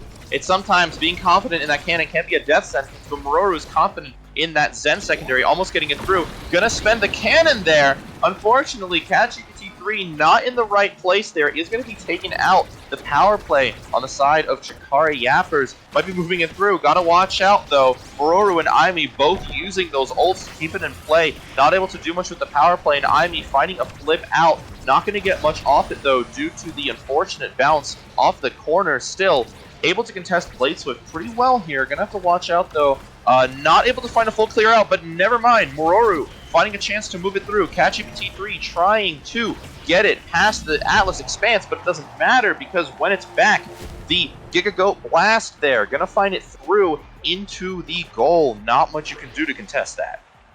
She's cracked. CatGPT, somebody who's Kai is not really one that I've seen. She's cracked.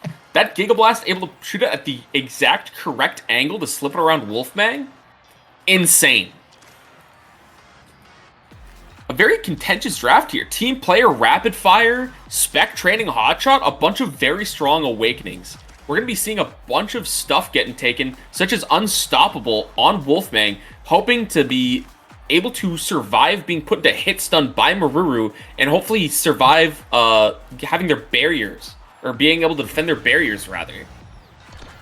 More notably, though, CatGPT3 a bit too far back in the draft, unable to get a third spark, and on the other side, Blade Swift going triple spark here. Going to be a much more difficult Juliet to get past. We're already seeing a lot of that offensive pressure, getting another chance to move it.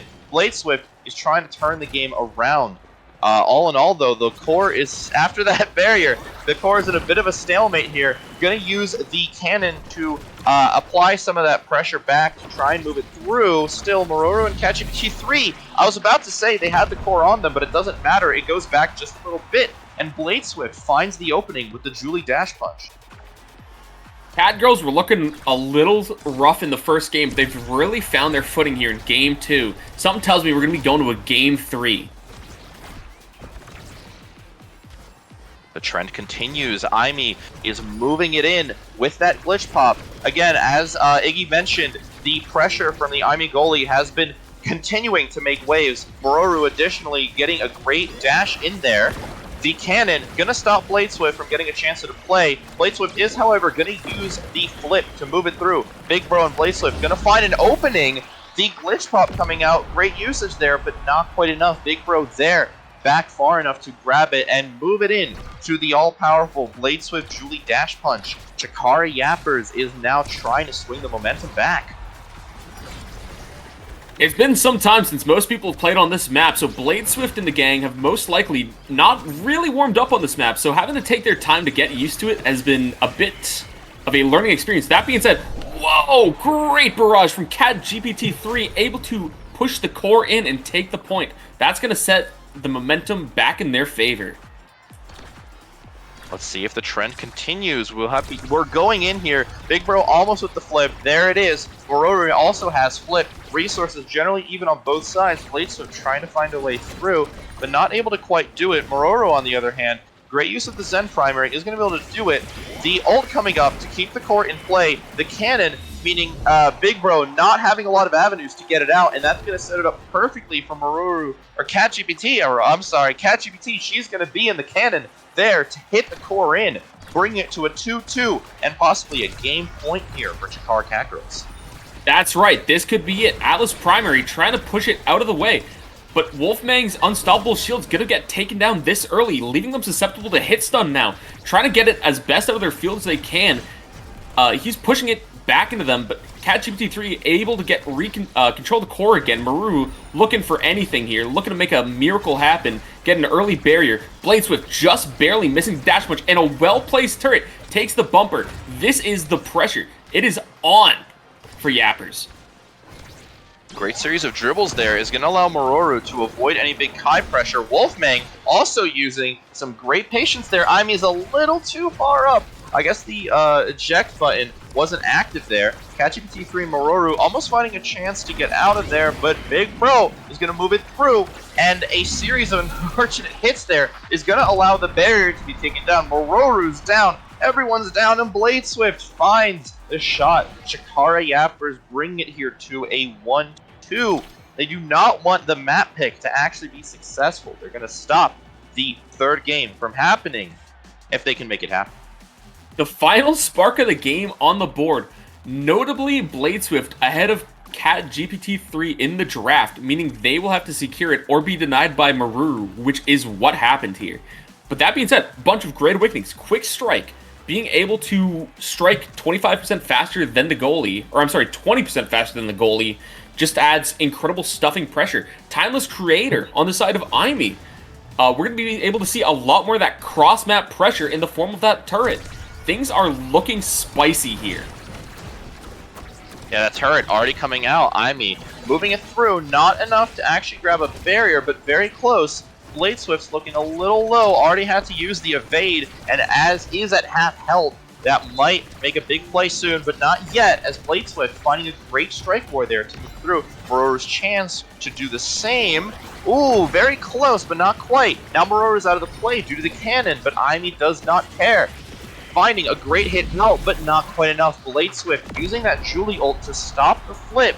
BladeSwift, ever since the sparks have come up, has just been a menace to Chikara Catgirls, and that trend is continuing. And that's all that's happening here. BladeSwift able to stop these core flips, something that they've definitely practiced. You can tell that it's one of their main skill sets here. Every time Aimi tries to defensively flip, BladeSwift is there to either dash punch it, special it. They're making something happen, and making things happen is what they do. Getting another goal, just like that one, busy yapping it up. They're going crazy. They don't want a game 3. They're trying to make this a game 2 kind of game. BladeSwift is moving it up.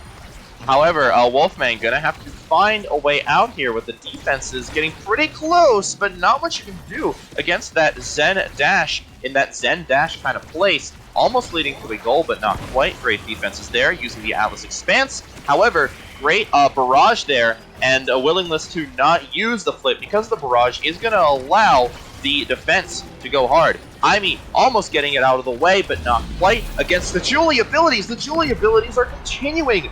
BladeSwift is just a torrent of offensive pressure, and Aimi is finding it difficult to get it away, and that means we're going into the Game 5 here. It's on now Chikara Catgirls to make the map pick work and go to a Game 3 or Chikara Yappers to try and end it here.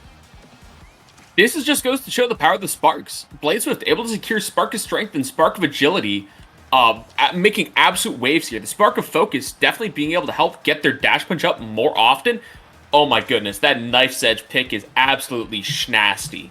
We're going to be seeing some stuff come out from BladeSwift here that we've already been seeing come out, but a lot stronger now. Oh my goodness. This is anyone's game. That it is. Aimi also going to be holding on to extra special here, meaning we're going to be seeing a lot more of those great Aimi turrets. So far, though, doesn't need it. Going to be keeping the ball in play. Mororu finding a great hit out there. a lot of the ranged abilities coming out. I thought Imi almost defended that alone, but not quite. Barriers down on both sides. Goals are open.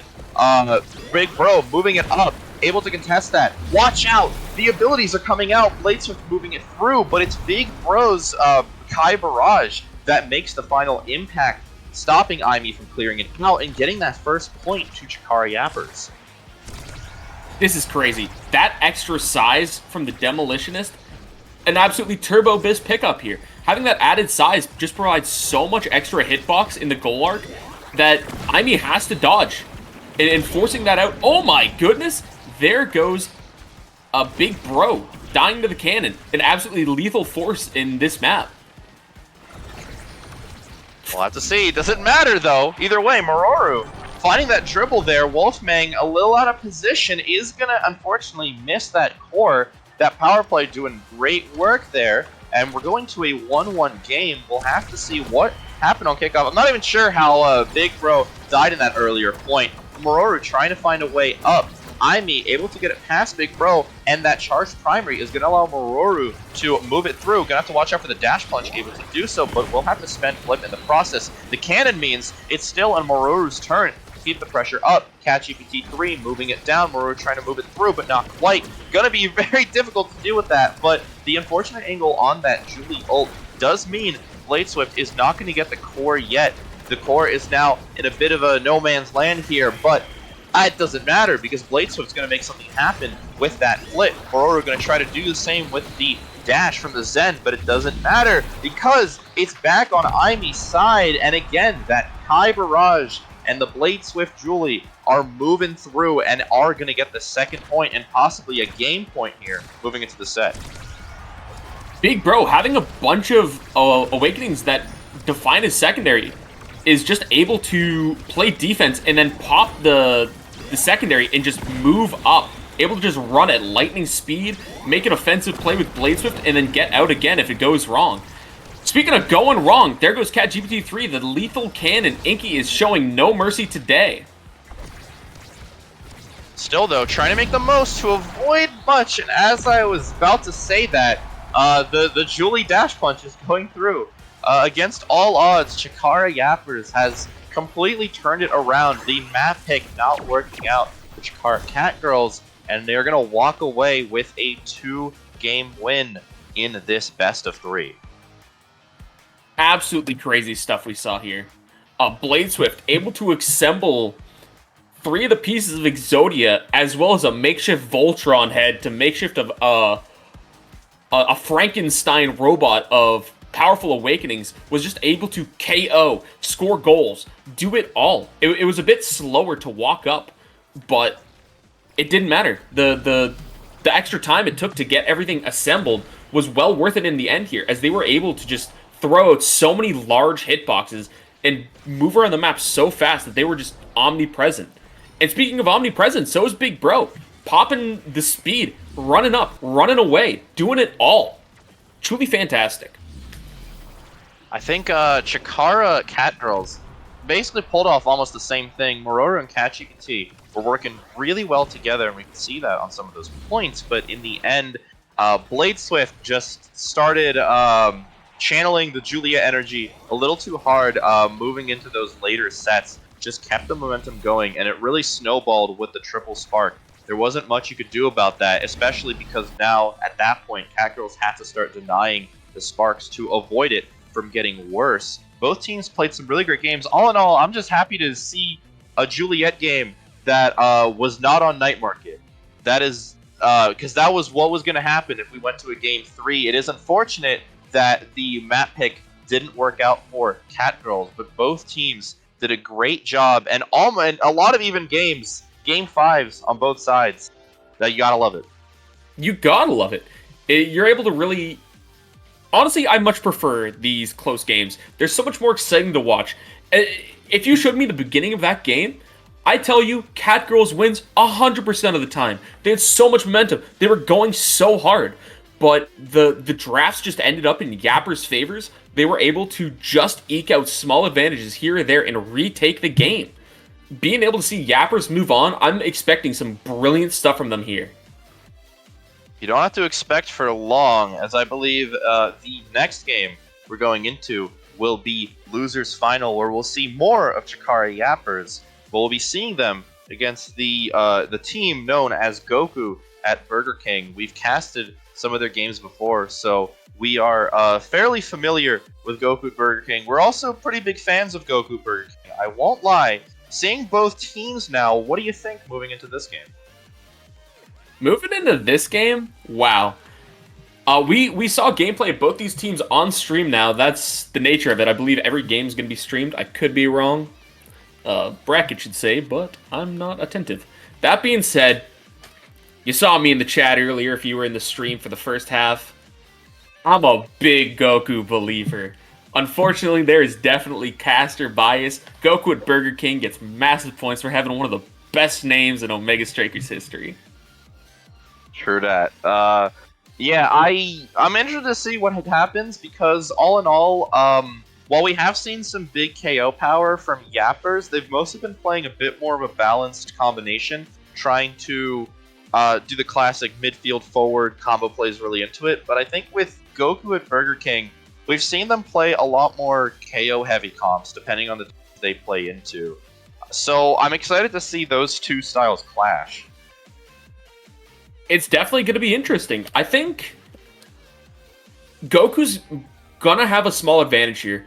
Being able to core control around the Brawlers as long as they don't get caught out is so much stronger. Brawlers have to use their abilities to force plays.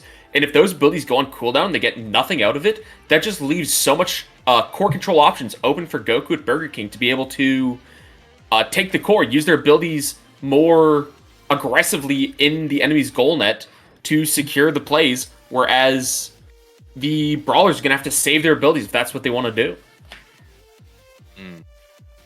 Well, we'll have to see how that all ends up panning out.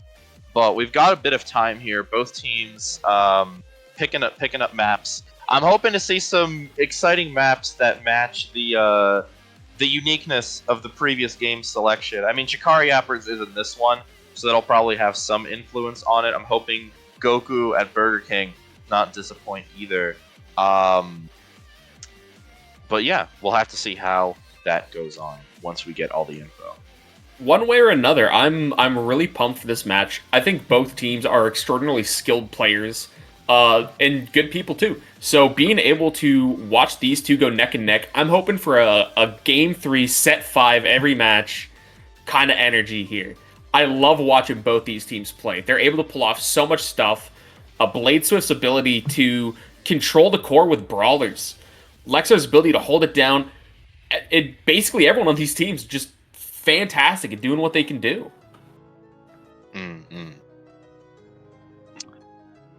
All teams are in the lobby, but are still picking maps, so we'll be waiting for a bit, but hopefully we'll get that soon. I'm trying to think what we can talk about until that moment comes. I've got something to ask you. Are there any maps you're hoping to see here?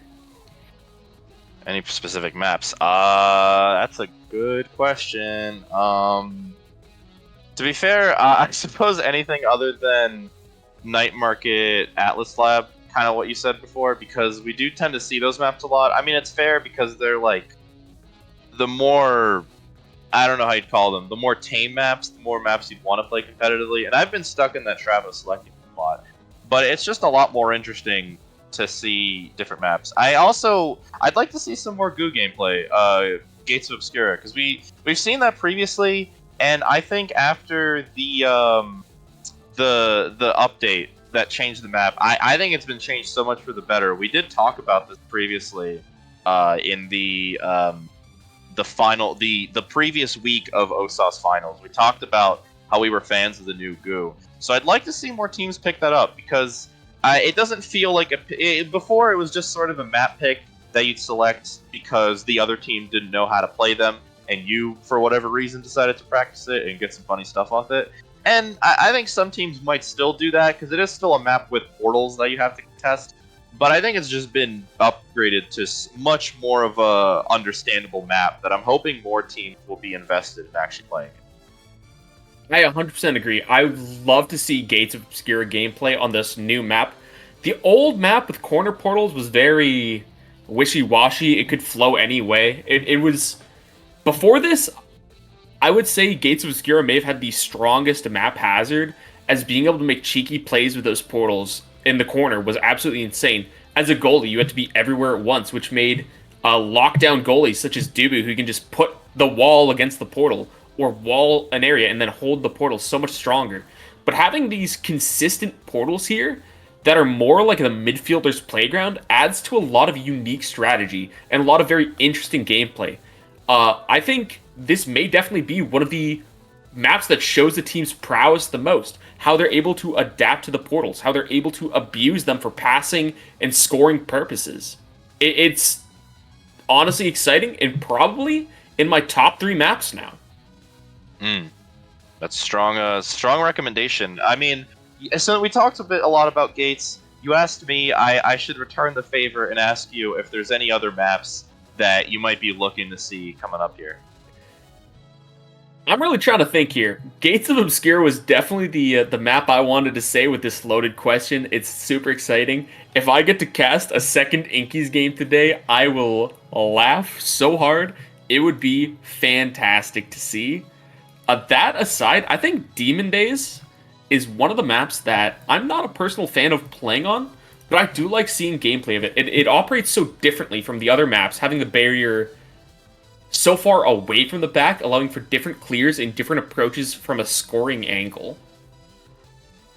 You know, the one part I can agree with is that part where you said you don't usually like playing on it as much, because I don't, to be fair.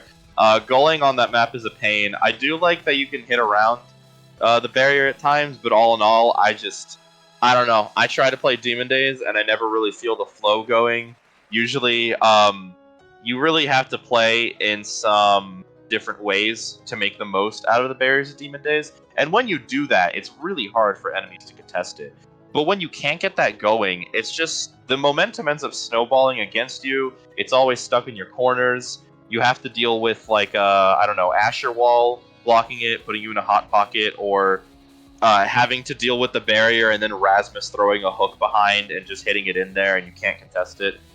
It's a fun map at times, but I can't say I'm a fan of it. I also would be interested on that note, kind of like what you said about actually commentating any Demon Days games, because you don't see that map as much either. No, it always boils down to the same few maps, and I think the teams that have practiced other maps and are able to kidnap other players to those maps, it's incredibly strong, especially in a best-of-3 format where you can essentially force them onto your stronger maps.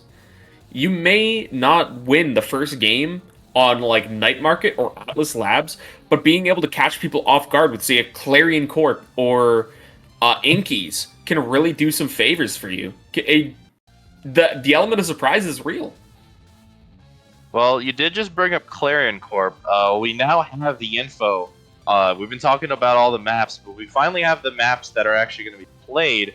It looks like Yapper's got first pick, and the map of rotation is going to be the Lab, then Gates of Obscura, and if we go to a third game, we'll be going to Oni Village. Again, kind of similar to the previous, where we had 2 starting maps that aren't played really heavily competitively, or at least are kind of contentious, I guess, in the competitive scene. And then the one map that you tend to see a lot more in competitive being the third map pick. If anything, I guess maybe the thought process is try and get the momentum going on some of the more crazier maps to see if you can really run it through. And then if it doesn't work out and both teams end up getting a game, going to the more traditional OS competitive map and trying to win the points there. But I am very excited to see Lab and Gates of Obscura come out. We already talked a lot about Gates of Obscura, but Lab is another map we don't tend. Well, we do see quite a bit, but I guess if anything, it's a bit of a break. And out of the more competitive maps, it's Atlas Lab is at the very least. I don't know. I tend to like it more than Night Market, Oni Village, that sort of thing, just because the barriers are a little fun. You can do some fun stuff with the middle, but it's still a map that's like, you don't feel like you get screwed over by it too much. Absolutely. as somebody who absolutely loves to munch the black hole, I'm sure, some of my teammates be able to testify that I love eating that black hole to make plays. Sometimes they're bad plays, but they're plays. It's definitely one of the maps that I much prefer. Being able to use the gravity well in the midfield to make passes, being able to pop it for the added damage. It's such a versatile map in the way that you can approach it. And having these two teams that approach matches in very separate ways, with the Yappers wanting to brawl and Goku wanting to core control, we're going to see them using these holes in very different ways. Yeah, the black hole is a very useful ability when you don't run into it by chance. We're gonna be seeing a lot of KOs either way. Atlas Lab is one of those competitive maps that tends to get KOs going. Moving from that to Gates is definitely going to be fun, though. I can't really say I'm sure of who's really going to move away from it. To win this first game in Atlas Lab. Both teams have some pretty good chances. I can visualize both teams winning it. It just depends on execution moving in here, but we'll have to wait to see how that happens. One way or another, I'm just excited that Goku at Burger King here to give me another fast food delivery, giving me the treats I ordered. I asked for a goo match to commentate over. They delivered. There's a reason I've got a huge bias for Goku at Burger King. They're nuts. They're crazy. You'll love to see it. And I'm so excited to see the awakenings that we're able to open up on. I feel like the awakenings for both Atlas Labs and Gates of Obscure could be massive here. Being able to pick up like Monumentalist on Atlas Labs and either force people into the black hole's radius and take huge damage possibly for a true combo KO, or just being able to lock off so much area with it. It's crazy. Keep that in mind, y'all. We're finally loading in to that Atlas Lab match. We'll have to see as it loads. I was about to say, what will they hover? But there we go, Atlas Lab. The Atlas Lab we all know and love. It's here. There it is. So far, we're seeing the side of Chikara Yappers hovering the characters we've known them for so far in this match. But going into bans here, we're going to be seeing a Juno ban coming out first, but on the other side, we'll be viewing ourselves the Zen ban. Very good pick here. Zen has been a very contentious character to keep that momentum up, and Blade Swift was going to go ham with it if it was available, but yeah, it is not available no longer. That being said, the awakenings we have really favor the Juliet pick here. Seeing 1-2 punch and Chrono Boost as the starters, this is very strong for a Juliet forward and a Kai midfield. One's going to go for the 1-2 punch, the Juliet able to clear dash punch into black holes or dash punch into the edge for massive, just huge damage. And the Chrono Boost on Kai, I talked about it before, Big Bro is able to have whole map coverage with just a little awakening advantage here, and having that Chrono Boost is just huge. Generally, pretty similar comps across the board. The only key difference being the Aimi and Kai here. The midfielders are going to have to see how that differs between them. But moving into the point here, middle, going away pretty fast. Classic Atlas Lab tactic. Wolfmang and Big Bro finding a chance to get it away, but Gugerton in the perfect spot at the perfect time to move it in. Both barriers are already down.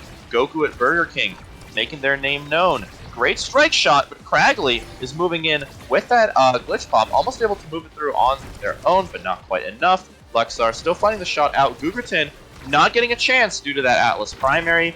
Middle's going down again, and moving in here, Gugerton getting very close with that punch, but not quite enough. Wolfmang finding the down clear. Now going to have to contend with the famous Blade Swift Julie that we've seen so far, and there it is, folks. We're going to be seeing 2 kills here. Julie's completely feeding on the teams, for both teams here.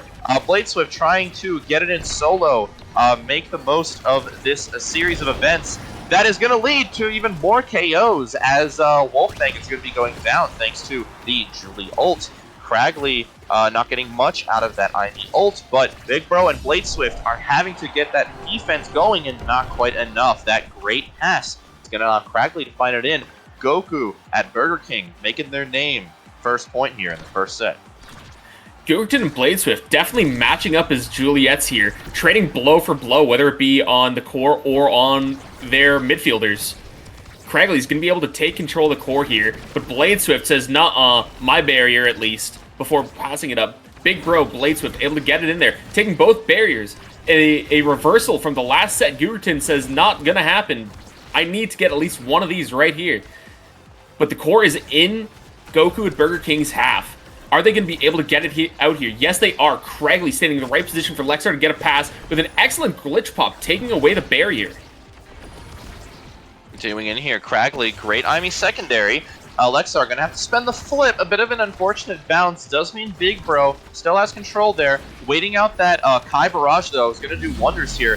Bladeswift, not even needing that Julie ult that was coming out, is going to find that hit through, and unfortunately, Lexar and Craigley not going to be able to contest that. Moving in, though, the flips possibly coming out soon. Watch out. Bladeswift being able to hold on to that flip here is going to be the difference here.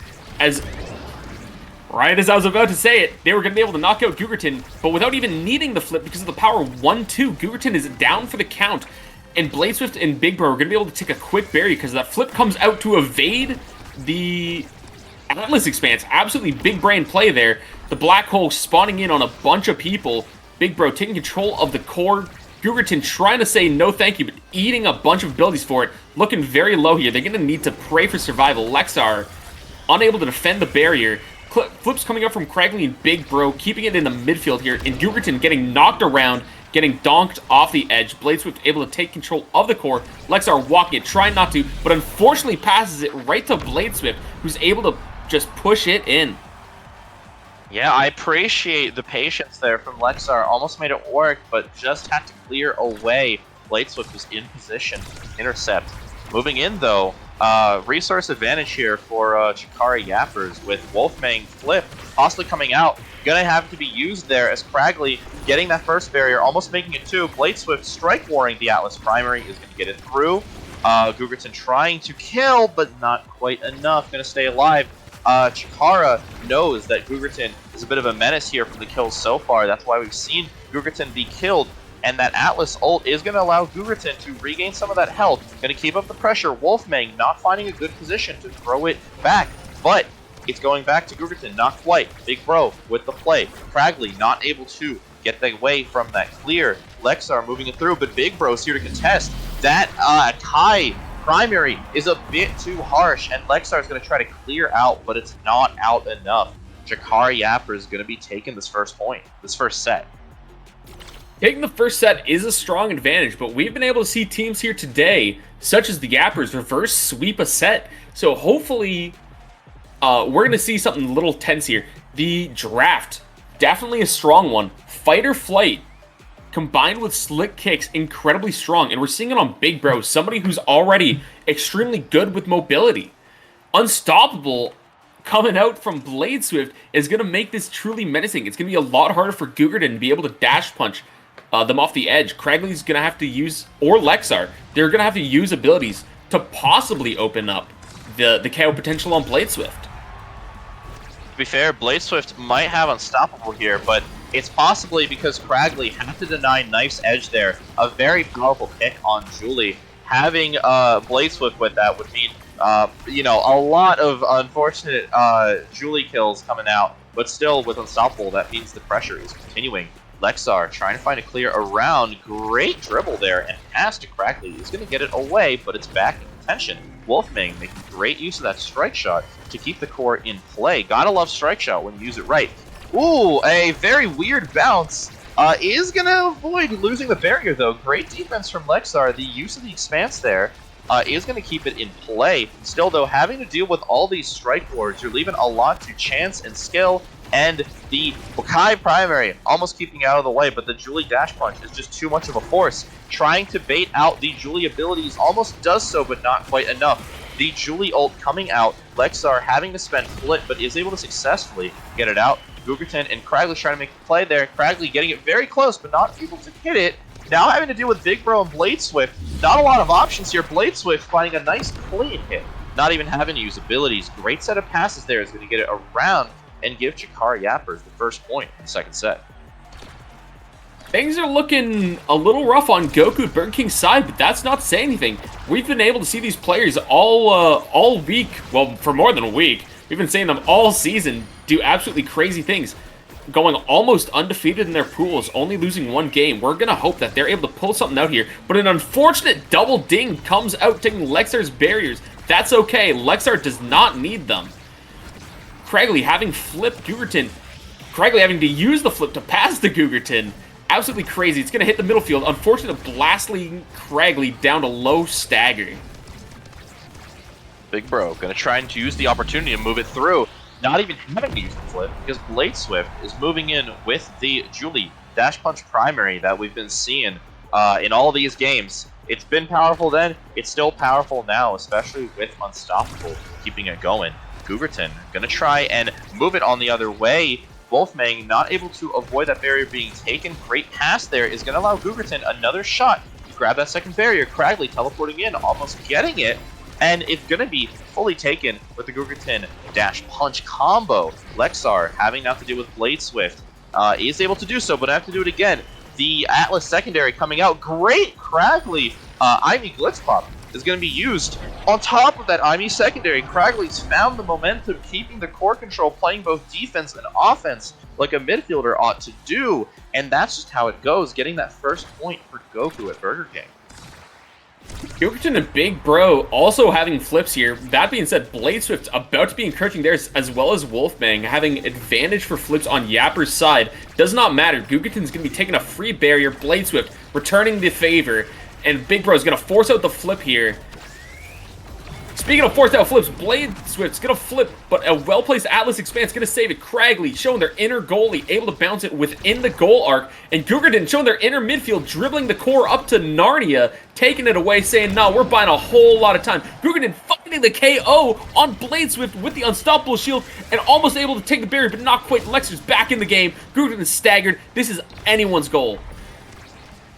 The power play was on one side, but it's now on the other, and possibly coming back around as Gugerton is looking real low. Blade Swift trying to find the kill, not able to do so. Big Bro trying to return the favor, but Gugerton is now unstaggered. Wolfmang having to contest with that Imi ult, not going to do much, but now Lexar is in a spot of trouble. Blade Swift and Big Bro are uncontested, but great series of hits is going to allow Lexar to pass it through. Has a nice up clear here and takes it. Gugerton and Cragley now making the offensive play, but Wolfmang going to get a nice clean hit to get it out and set up an amazing glitch pop. Cragley just finding those glitch pops now and is able to make it a 2-2 Goku at Burger King. This wasn't their map pick, but they want to bring it in here.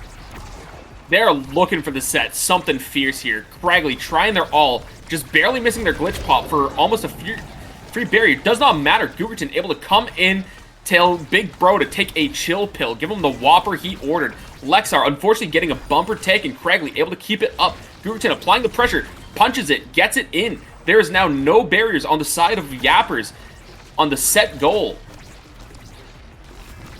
Continuing in here, Cragley stopping the play, pass flip, gonna spend it to avoid Big Bro's primary, but not quite enough. It's still in contention. Gugerton moving it through, having to spend flip, but not enough. The Atlas Expanse, ooh, unfortunately, not foreseeing the angle from that Julie ult. Blade Swift's gonna get it through. Neither Cragley nor Lexar are gonna be contesting that, and that means we're moving into the set 2 here in favor of Chikara Yappers.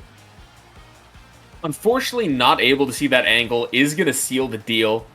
That being said, we've seen some strong showings here, and we're seeing some strong awakenings as well. The heavy impact coming out on Blade Swift, even more of a menace with that 1-2 punch. It's going to go crazy. But Siege Machine on Cragley may be able to fight back with it. Having that added projectile range means bigger glitch pops. Having that added creation, duration, and damage is going to be huge for setting up some stagger KOs for Gugerton. Additionally, Wolfmang's not going to get the chance to triple Spark here. That would have been pretty difficult to deal with, especially if we later saw Spark of Leadership come up. But for now, the core is moving in here. Lexar not able to deal with the abilities coming out. Blade Swift moving it through. The strike shot means the core is still in contention, but Lexar is going to get a great strike war, and Cragley going to interrupt the pass. Still, having to deal with it again. Blade Swift, Big Bro in the goal. Unfortunately, Lexar picking the wrong time to be patient is going to miss the clear. Quite unfortunate, but it does mean the first point is going yet again to Chikara Yappers, the third set. Yappers are going to look to close out this set quick. Gugerton and Cragley, as well as Lexar, have shown that they're able to control the core when the timing is right. So being able to close this out and not have to go through another set is going to be a huge boon. That being said, if things do go to another set, Wolfmang might be able to find another spark and make a problem happen. I believe we haven't seen leadership taken, and being able to get that leadership could just seal the fate with nothing done. An unfortunate bounce from the black hole means no players are going to be taken, but Bladeswood was there to make sure a barrier gets popped. Gugerton, returning the favor, takes the other barrier, opening the field with a great flip pass to Cragley, forcing Wolfmang's flip out. Lexar, unable to defend the barrier here, gonna have to keep clearing it out any open way because Bladeswift is lurking, waiting to dash punch it in. Cragley, seeing that, is gonna find just a little effervescence of patience and get it in. Cragley blocking the Atlas Expanse by standing on Wolfmang. Truly wonderful team play.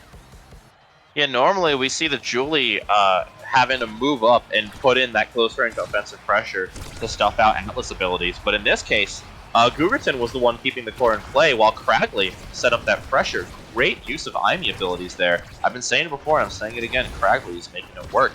Either way though, the core is in a bit of a stalemate, but again, the Cragley, the abilities, trying to keep it in. Unfortunate hit there from the glitch pop is going to get the core back to Big Bro, but I love the idea. Still, Cragley getting another shot here. Flips available on both sides. Using great patience there to avoid the primary. A bit of an unnecessary flip is going to bring it back to Wolfmang, who now has to deal with all of this pressure from Cragley and Gugerton. Moving it through, the Julie Dash Punch is enough. Cragley moving back, going to help Lexar get it away, but not enough. As Bladeswift is going to move it through, going to use the flip there to keep the core in play. Going to miss the hit again, but Big Bro is there to back up with the Atlas Expanse almost getting contested by the Julie Punch, but not quite enough. Lexar trying to find a way out. Cragley is doing great, but is a bit low on health. The Atlas ult coming out just in case, but not going to do much. Gugerton's flip going to get denied. Bladeswift going to get strike ward by Cragley, who tries to put in the pressure with the Iming glitch pop, but not quite enough. Now has to 1v1 a Julie. Difficult task, but is going to pull it off with the Atlas Expanse. Dealing with Big Bro there, clearing it out with the Atlas primary, and making it work. Gugerton going to be backed up by a great ult from Cragley, getting the first point to Goku at Burger King, and getting ever so close to that first set, possibly starting a reverse sweep. Goku at Burger King doesn't want to go out 3-0'd. They are trying their hardest here, and you can tell Cragley, Gugerton, Lex are really amping up their game here. That being said, unfortunately, Bladeswift getting a quick double ding. They're going to have to pull something out here to make this set secured without much hassle. Lexar, a little bit of patience, able to hold it out, but an Atlas Expansion from Wolfmang is going to keep it out. A flip from Wolfmang is going to stop it, but Gugerton just punched it, says, whatever, eat fist. That's just how it goes against the Julies. Moving in though, Bladeswift and Big Bro moving in. Unfortunately, not only are they not able to get the goal, but Gugerton's going to find the advantage there to start a power play. Bladeswift and Wolfmang now having to deal with that defense, but not quite enough. Gugerton is there to strike war, along with the support from Cragley, going to move it through, giving the first set to Goku at Burger King. Really wonderful stuff. We're going to see another set here. Like I said, I'm hoping that this is nothing but Game 5, Set 5s. We're seeing spark of leadership out here. That's the big one. Wolfmang cannot get that.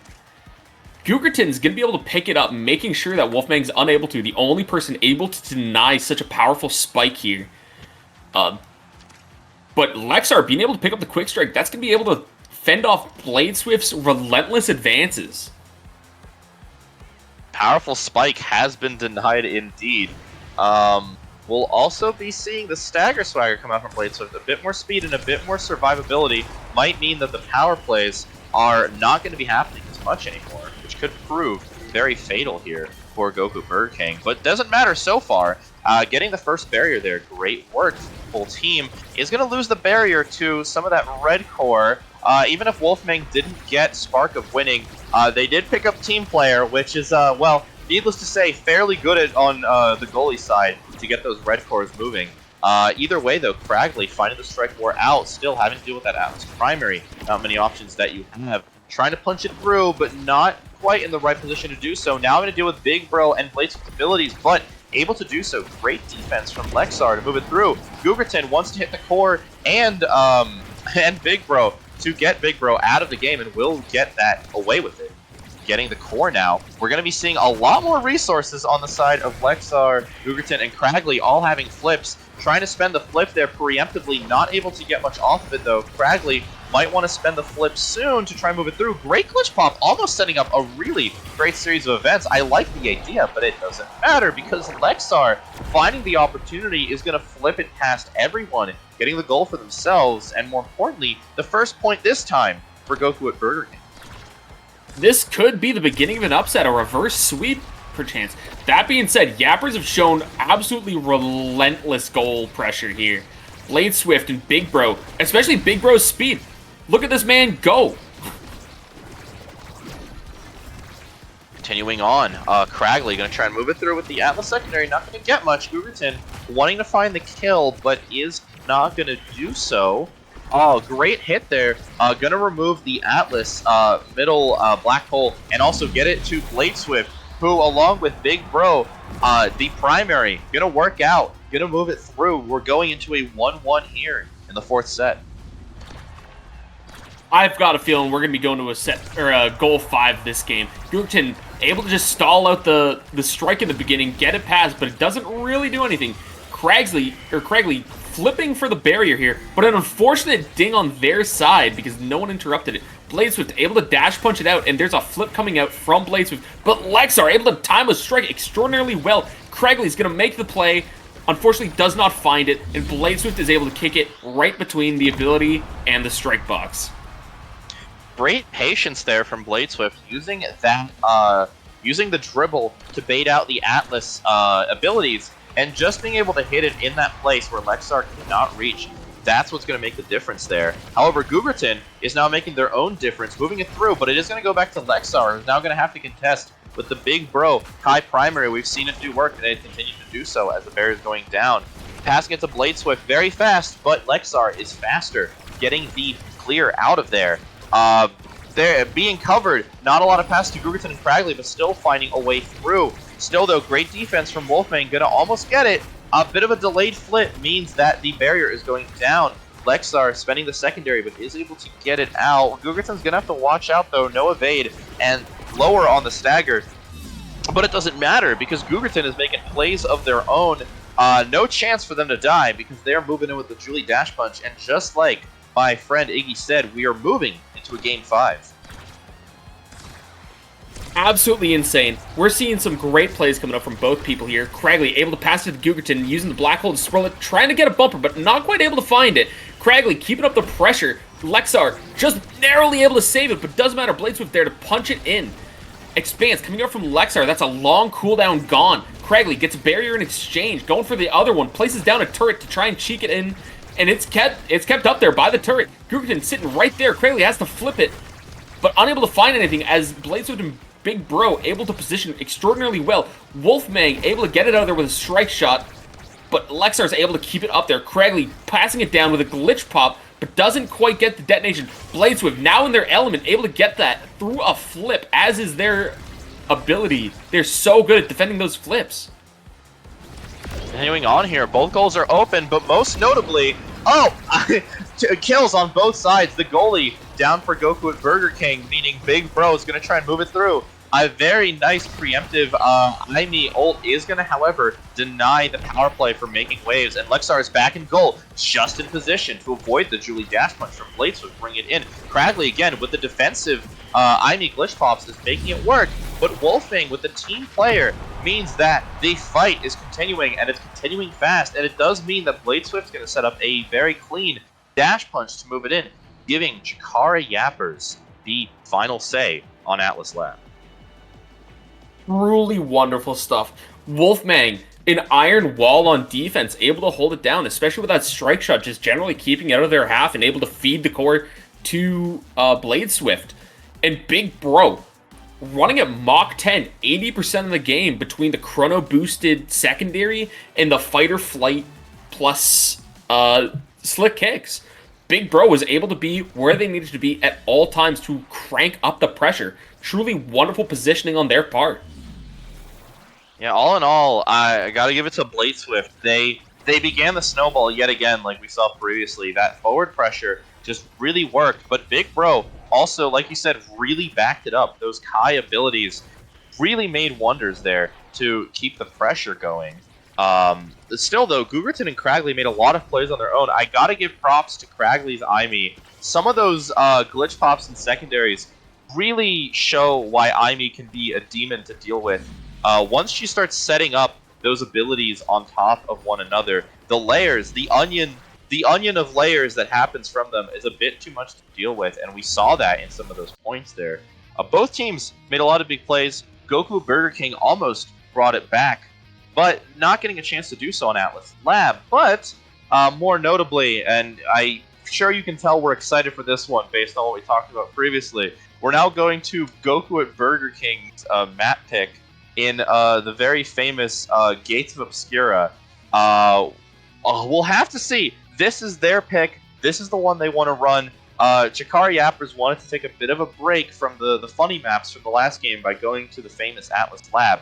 But I'm very excited to talk about Gates of Obscura even. Absolutely. I think this match is going to be dictated by who's able to use those portals more. We've seen Goku's ability to play on the map. Unfortunately, we're knocked out of winners bracket through losing on the Gates of Obscura, but I think they've learned. I think they're ready to pick it up. That being said, we've seen the absolute dominance of the midfield that Big Bro is capable of, and the scoring potential that Blade Swift is capable of. I think that they have a very strong edge on this map, especially if it's one that they've practiced. Being able to use that portal to do what you need to do is absolutely paramount to winning on this map. Well, we'll have to see what they do with that portal as we load in to Gates of Obscura after a bit of time. Very funny to still see there are now triangular barriers, but I'm happy as a goalie to have them. Moving in here, we'll be seeing some familiar picks again, I assume on both sides, but at least from what we've seeing hovering here, very classic picks for these characters. In terms of bans, though, what are we cooking? We'll be seeing possibly here Era and Mako getting banned out. The Mako goalie, I can see that on Gates that can be a bit of a problem. Era with the buffs and the KOs that are possible, and some of the having to play on the edge on this map is pretty paramount. And KOs are very easy to obtain. Both teams are going to make use of that. We've already been seeing them KO on Atlas Lab, and that is not going to stop you. The opening awakenings are very interesting here. You have built different in Glass Cannon. It appears that Yappers are going to be going full built different, having 3 absolute monstrous size awakening abusers. In fact, it looks like every player is going to be going for built difference. Such an impactful awakening, being able to have that additional strike box size, as well as for the melee characters, having the additional range on your abilities is so huge. Yep, and we'll be seeing how huge it is as Gugerton making plays to move it through. However, Wolfmang almost getting it through, but not quite enough. The strike work coming out there. It means that both barriers are now going to be taken down. Cragley and Gugerton making very early play here. Moving back a bit, Cragley's making sure to check the portal, but it does mean Lexar is now going to have to contend with Blade Swift and Big Bro, avoiding the loss of both barriers. However, great work there. Cragley's chance to move it through, not quite enough. Portal pass going to Gugerton. Lexar now having to contend with both of them, but again, moving through the portal, Cragley trying to find a pass here with that Asher primary now fixed, now working, and working well for Gugerton to get the first point here for Goku at Burger King. And there it is. Lexar, Gugerton really understanding the mission there. Lexar able to directly pass to Gugerton a short ways just through the use of these portals. It is their pick after all, and they are making it work. Still though, Lexar is going to unfortunately lose a barrier here.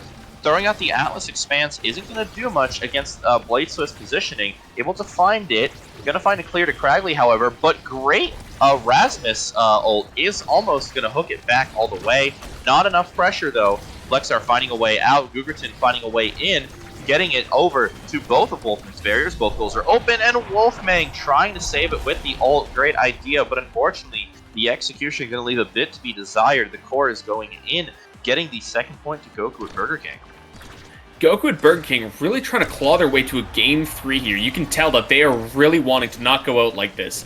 That being said, Wolfmang, I've seen them able to play Asher, and they are really good at it.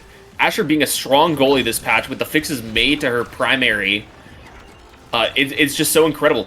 But that being said, this works on the offensive side too. Gugerton is able to push things through that old Asher was unable to. Bladeswift trying to go for a play here, gets both bumpers. Lexar burning a flip, but able to get it out of their half. Craigley having the flip, and Gugerton being right there in there, but unable to secure any barriers. This is tragic. Bladeswift, what? Huh? Huh? So, what I believe happened there is that Bladeswift got cursed with the Zentaro curse, which means that they dashed in to kill Lexar, but Lexar used an ability, probably Atlas Secondary there, to try and deny being killed. And what most likely happened is that at the same time Lexar was being thrown out into the death box, Bladeswift, after teleporting to the goalie box along the edge, was hit by the secondary, leading to both of them being taken down. And that is now why we're here at a 2-1. Continuing on after that, though, Bladeswift's going to keep that Zen secondary going, getting a nice barrier there. Barrier's going down. Passing it through is going to lead to Gugerton being taking the core there, but not enough. Wolfmang able to get it out. Big Bro trying to move it through. Craigley still, however, avoiding Bladeswift being able to take control of the core. Gugerton moving it through. Unfortunately, just going to hit into the corner. Not going to lead to any barriers yet. And health, even less now. Going to have to possibly use or lose the flip here. I think we might be seeing it in a second. But is wanting to save it for the first barrier. Is able to try and use it, but not going to get the second barrier. Lexar moving in, almost at flip. More notably, Bladeswift's at flip. Doesn't even need it, though. Zen is a bit of a force to be reckoned with, and that means we're going to a 0.5 here in the first set. Another 0.5, just to show that this season, these teams are really even. We've hardly seen any 3-0s, I believe, and the ones that we have been just like 2 goals every set on the side of the losing team. But that being said, we're going to be moving into this point here. Bladeswift really trying to make something happen, but due to the changes of these barriers being pointed, not able to find anything. But they're keeping the pressure up, absolutely cranking it. Bladeswift able to bait out the expanse and not able to do anything for Lexar's edge. A flip coming out, but Bladeswift not able to connect with it because of the patience. Bladeswift going to be able to KO Lexar. This is going to be their chance to make a play and take the set. And that play is continuing. Big Bro not even needing the flip they were about to get, and that the Rasmus primary is enough. That built different size coming in clutch, meaning Rasmus is going to be a much bigger asset on this field, and it is going to lead to Chikari Yappers taking the first set. In terms of a draft here, I believe Knife's Edge is a strong awakening on this map. Being able to play more around those portals, just due to the added speed, is going to be really strong, and that's why we're going to see it be picked up first. Now, however, being able to pick up Monumentalist, an infamously good awakening on her due to the size of her secondary and primary and how much space she's able to control now. We're going to be seeing Lexar as well pick up Spark of Resilience, an absolutely strong pick, but I don't know if it's going to be able to contend with the extra special Rasmus. Being able to hook Lexar out of position, being able to hook the core to themselves, or even to their teammate through interesting. What? That's a classic Now trick right there. Now is able to set up some really devious primaries on this map. That means if the core ends up going through the portal, it's a bit difficult to really get a good angle out, and it means Now can set up some really devious barriers like we saw there. Additionally, notably, about Awakenings, Wolfmang's going to be picking up Team Player here yet again. We already saw how they utilize it to its full potential in the last match, and we'll probably be seeing that, especially once the game hits overtime. Either way, though, Lexar going to have a bit of trouble there. Bladeswift going to be able to get it through. Great portal pass means Bladeswift setting up an ult, but the Atlas Expanse is going to be enough to deny that. Great up clear along the edge. Going to allow Craigley to find the clear out, but still, it's back on Bladeswift and Big Bro's turn to move it through. Gugerton trying to solo it through with the Now secondary, almost enough, but not quite. Oh, Oh, dang. no! We can talk about this tech. So a very funny thing here. If you didn't know, if you flip the core as it hits into the portal, it's a very, very, very small window. But if you do it, the core gets the invincibility from being hit that it normally gets, but it still can move. Which, if you didn't realize, is not a thing core flips normally get to do. So the result is that on Goo, you can set up a quote-unquote unblockable. And unfortunately, that is what happened there. I believe either Cragley or Googerton used the flip and accidentally did that to Lexar. That was just completely unfortunate, but it's very funny because we finally get to talk about it.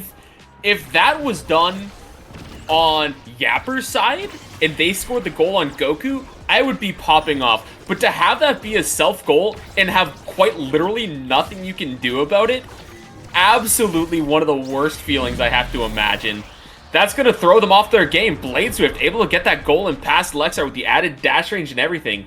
Holy moly, that core flip would destroy my mental. I am not going to sugarcoat it. It's a very devious trick. And I've seen players who want to use it more on purpose, but it's such a tight window and really difficult to set up that it's just not something you can do consistently. So seeing it in games like this is just really exciting. Either way, though, Power Play going to be coming up here, giving Goku at Burger King the advantage to move it in, and that advantage is going to be enough. Googerton getting it past Wolfming on their own, moving it through to get a point here. They are not happy about what happened previously and want to get those points back. Googerton and Cragley, as well as Lex, are able to channel their anger from that unfortunate bug and able to score this goal here. Lex are able to barely save it, but not with the relentless assault from Blade Swift. Googerton carrying it over, able to get back the momentum, and Cragley just feeding Googerton over and over, saying, here you go, you drop this, King. Gives him the Burger King crown. Yeah, the Burger King crown is a devious technique indeed. Not enough though, as Big Bro and Blade Swift gonna find that barrier and move it through. Great now secondary though, gonna keep it out of the play. Googerton and Crowley trying to work together, but unfortunately, Lexar just not fast enough to deal with that downward hit. On top, the Zen ult coming to slow down. Chikara Yappers showing up Goku at Burger King so far in the Goo map pick.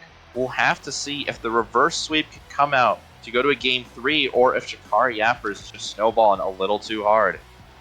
Truthfully, this draft looks incredibly strong on the side of Yappers. Being able to pick up rapid fire, being able to pick up aerials. Fight or Flight's going to land in the hands of Googerton, which is a very good sign for Goku at Burger King, as it is an incredibly strong awakening, as well as Twin Drive on Lexar. But being able to have that added dash range and those extra primaries on your Asher goalie are just going to be incredibly hard to get by.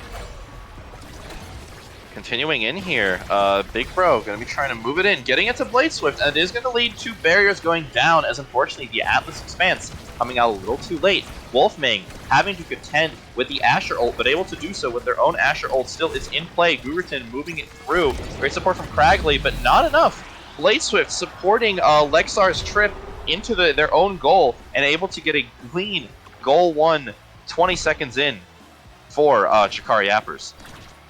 Blade Swift is incredibly proficient at placing the core places where Lexar has the position on the edge of their goal and then following up with a KO. There's hardly anything Lexar can do about it, and even if they revive, by then it's too late. Being able to foresee the events isn't going to stop it, it's just going to delay the inevitable. Speaking of delaying the inevitable, there goes Big Bro eating dirt once, but we're going to have to see if the Goku Burger King crew are able to contend this.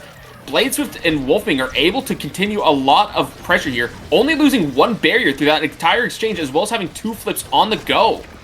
They're looking incredibly strong here, being able to take that second bumper, having 2 flips still on set 3, into a double flip KO from Blade Swift. That's what this man does. He KOs, he kills, and he gets those goals. Yeah, sometimes the best way to get through the defense is just to take them out of the game. And if anyone knows that, it is Blade Swift so far. We've seen it in the previous matches, we're seeing it here. Still, Goku at Burger King not looking to take it lightly. Gugerton already moving it through. Lexar just a little bit too high means that barrier is going down on both sides after that portal. And second barrier going down as well. Gugerton trying to do the same, but Wolfman gonna find a down clear out and another clear out here. Meaning it's time for Blade Swift to do the Zen thing. Moving it through, getting close to game point. Lexar gonna have to use the Atlas secondary, but is able to avoid any goals. Again, Wolfman getting that out clear. You gotta stop it, you gotta get it out of there. The abilities coming out, Big Bro doing great support, but it's not enough against the defense of Lexar and Cragley. Now secondary means that, unfortunately, that flip is gonna be taken away, not able to hit. Again, a lot of close ones, but great saves here from Lexar, and the support from Cragley. Oh, very, very close yet again. A self-pass through the portal, getting it past Big Bro, has the flip, has to contest, uses the flip there, but Big Bro gonna self-pass on their own to get it through. Using the hook there, great work there. Ooh, an up clear, a down clear. Lexar's getting it out, but again, the KOs. Blade Swift with the flip is in the right position at the right time, and Goku at Burger King is unfortunately not going to be able to do much about that, leading us into the victory 2-0 for Chikara Yappers. If there's one thing I have to say, it's that the Yappers have possibly the most important skill in Omega Strikers, and that is the ability to make these games super interesting. Every time we see a game with Yappers in it, funky stuff is going down. Whether it be these core flip portals that have nothing to do with them, or whether it be their absolutely intense ability to stuff these goals and KO goalies and take plays that others aren't able to take. Yappers are an incredibly strong team that we're going to be seeing advancing on. Advancing on, most notably, into the grand finals off that game, I believe. Yeah, against Ball and Ballers later. But for this game, at least, there were some insane moments. I was very happy beforehand that we got to do commentary for Gates of Obscura, and even happier now that we actually got to see the big invincible core glitch. It is unfortunate that having to commentate over it, it did happen accidentally, and most notably, the ended up happening against Goku at Burger King due to their own flip. But either way, wild to finally see that in tournament play. Both teams worked a lot of good plays there. Gugerton and Cragley making that offense work, but Blade Swift and Big Bro just made it work a little bit harder. We've seen it previously, and we saw it again. I gotta give to Big Bro, we didn't talk about it as much, but the Rasmus hooks really kept the core back in there. Even when Lexar did find a clear, Big Bro was there to deny it. And just in the end, on top of that, Wolfman finding those clears away from Gugerton really made it work. And it just, the offensive pressure piling on makes it really difficult. It makes you go through your abilities, it makes you lose your abilities, and then it means Blade Swift comes in for that final kill, as we saw in that game, to say the least. I cannot describe how big of a smile I have on my face. Being able to commentate that game, absolutely fantastic. All the silliness going on, all the intense plays. My heart is pumping. I'm excited to see what Yappers are able to pull out here next.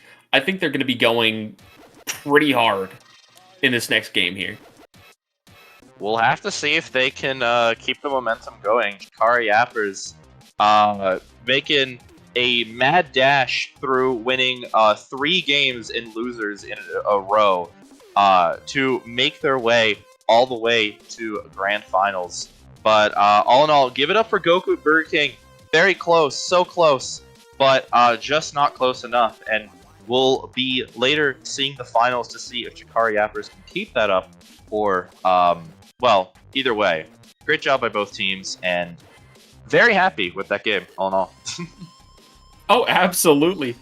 I will say, definitely glad I was able to cast that one. We were able to see Goo. We were able to see Goku at Burger King. We were able to see some funny bugs. I think that game had it all. If I were to show anyone an Osas game to sell them on the concept of Osas, it might have to be this one. Truly crazy things were going on at all times. really got my heart pumping. That's exactly it. But while we got more exciting games for y'all, unfortunately, we're gonna have to sign off for a bit and take a break. You'll have some more new people to bring you to the grands to see the fruits of the efforts between Ball and Ballers and Chikara Yappers in the grand finals of Osas.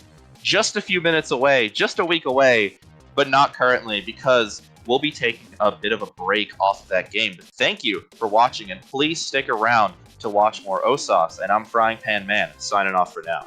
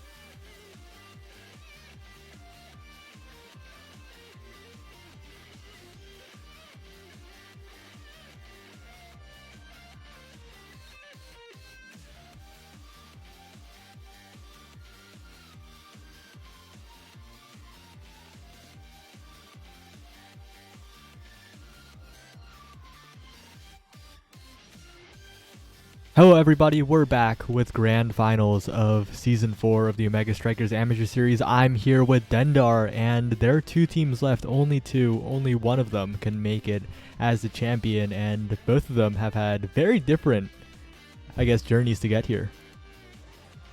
A very interesting situation for Chikara Yappers as they come from that loser's bracket, but with a dominating force in their last 2 games, really showing that they want to be here and they deserve to be here. My question for you is, with these 2 teams, what are you looking for outside of just things like character picks? Like, I know Dr. Bebop from the most recent KG, Knowledge Gap, so I recognize that name, but for some of us, like the viewers from Bell's stream who came in and didn't get to see Ballin' Baller's first game, I'd like to know what you think might be some things to look out for in this match. I think the biggest factor in this game is Dr. Bebop. The Ballin' Ballers goalie is quite possibly the best goalie in all of Osas Season 4. If that guy is holding it down, then it is looking good for the Ballin' Ballers, because it means Lufoxtio and Big Anime Milkies, both incredible players, get to play without worrying about defense at all. You know, and one of the things I was worrying about going into casting this is that one player's name, Big Anime Milky, Sugoi Dekai. You know, it's hard to keep that up when you're in a fast-paced environment, but here you seem to have no problem with it, so I trust that you'll be able to keep us in the know about their plays and their skills. But there's something that stops me right in my tracks. It's a Spark of Leadership Monumentalist start, and Monumentalist is only going to get 1 or 2 picks here, because Spark of Leadership, that's the spark of winning, as the previous caster said. Yep, the spark of victory, as one person in the chat said. And, you know, at first when I looked at this Awakening, I thought to myself, the stats are so low, you know, it's maybe not the thing you want to pick right away, but as I've played through this patch, I've really thought, man, making my entire team go Super Saiyan just after 1 or 2 sparks, in itself counting as a spark being insane, really shows just how powerful something so seemingly innocent can be. Really, really does, and these compositions making full use of it as well, of course. If you get a few Spark of Leadership, I almost said victory. If you get a few Spark of Leadership boosts, the kill power of the team goes up a lot. But that now will probably be taking the Monumentalist instead Lufoxtio. A BestieInSlot, a must deny that Monumentalist on now, and that is one of the picks that you would take over to Spark of Leadership. Yep, that singularity, as some call it. And you know, when you're in a draft and you have the option to deny Awakenings, you have that opportunity to take it, even if it's on a character that you don't really want it on. But in this case, when it's the start and you don't ban the now, you no longer have that option, and you have to just get that through. A good option by Dr. Bebop to send up 2 Lufoxtio, and they get a barrier of their own, even with their net open. Dr. Bebop continuing to make the saves, but it's just a tiny bit out of reach there, even for the Monumentalist Atlas Expanse, and that's also an interesting pick, right? Bebop also going for the Monumentalist instead of the Spark of Leadership. That means Big Anime Milkies is the only one of the Ballin' Ballers who has that leadership. So if Big Anime Milkies isn't first pick, the drafts of the Ballin' Ballers will look a little bit scary. And you know, when you look at this character Zentaro, you think, well, Perfect Form is gone, Super Surge is gone. They added that explosive entrance as a way to sort of stem the bleeding for this character, but unfortunately the bleeding continues as he gets sent into the blast zone, and we go into a power play against the red team here. No barrier taken yet, but that secondary from Atlas not good enough to take it, and now here we see a power play that is continuing, but the third player comes back, and now we see it return to the blue team's half. Big Anime Milky is low again.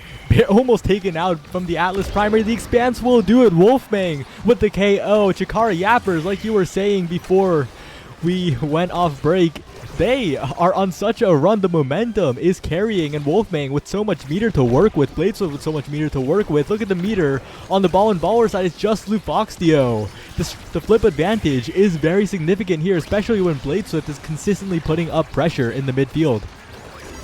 Yep, even though he's low, he continues to bare his fangs at that goalie, saying, hey, I'm still here, you still have to worry about me. Takes a barrier at 1 health. Atlas normally saying live seems to be saying kill today, as we see a lot of pressure go onto the Centaur, but now the pressure's on the blue team's half as they go into the net. Dr. Bebop has to be really careful here. Lufoxtio with a great pass, and Big Anime Milkies sends it around the strike box of Wolfmang, not even wanting to take the strike war. Great play there for the Ballin' Ballers as they do the signature tapping of the movement key, and it looked bad, but oh, wait a second. Big Bro, okay. I thought they had some network issues, but Big Bro is back, in Bladeswift again still has this flip to work with. Yep, and you talk about that tapping of the keys. Unfortunately, Big Bro tapping on his other monitor needs to wake up, loses that first barrier pretty quickly, but they're back into it. Seems like the defense is on as the 2 red team members surround that goalie, but they managed to get it out. Blade Swift with the flip, though, really putting the blue in that blue team, but unfortunately, this secondary, the Expanse from Wolfmang, not really helping them out, and in fact, keeping it trapped for them to continue to get it into the net as we go into this round number 4. This round's so important in Spark of Leadership starts, especially if Big Anime Milkies can be the one to be the highest in experience on the Ballin' Baller squad. It could be devastating. It could be game ending in the first draft, but Lufoxio blocks the flip. It goes right around the barrier. Not what you want to see in grand finals of all things. And a KO onto the Zentaro as well. Big Anime Milkies off the field. Blade Swift with the flip available. 2 barriers are sure to fall, and Chikari Yappers are in position to get the goal here. Yep. You know, and when you play solo queue, sometimes you see this Atlas character and think, man, this is just some iron wall. But blue team looking like the mogul saying, you know what, we're going to get through it anyways, regardless of what you think of us. And now they're here attacking on the half of the red side, but the core stays on the blue team's half, even at that low HP. The flip comes out to save it, but the goalie has a flip of their own. No real threat so far. But with both people moving up, we might have to see that flip come out.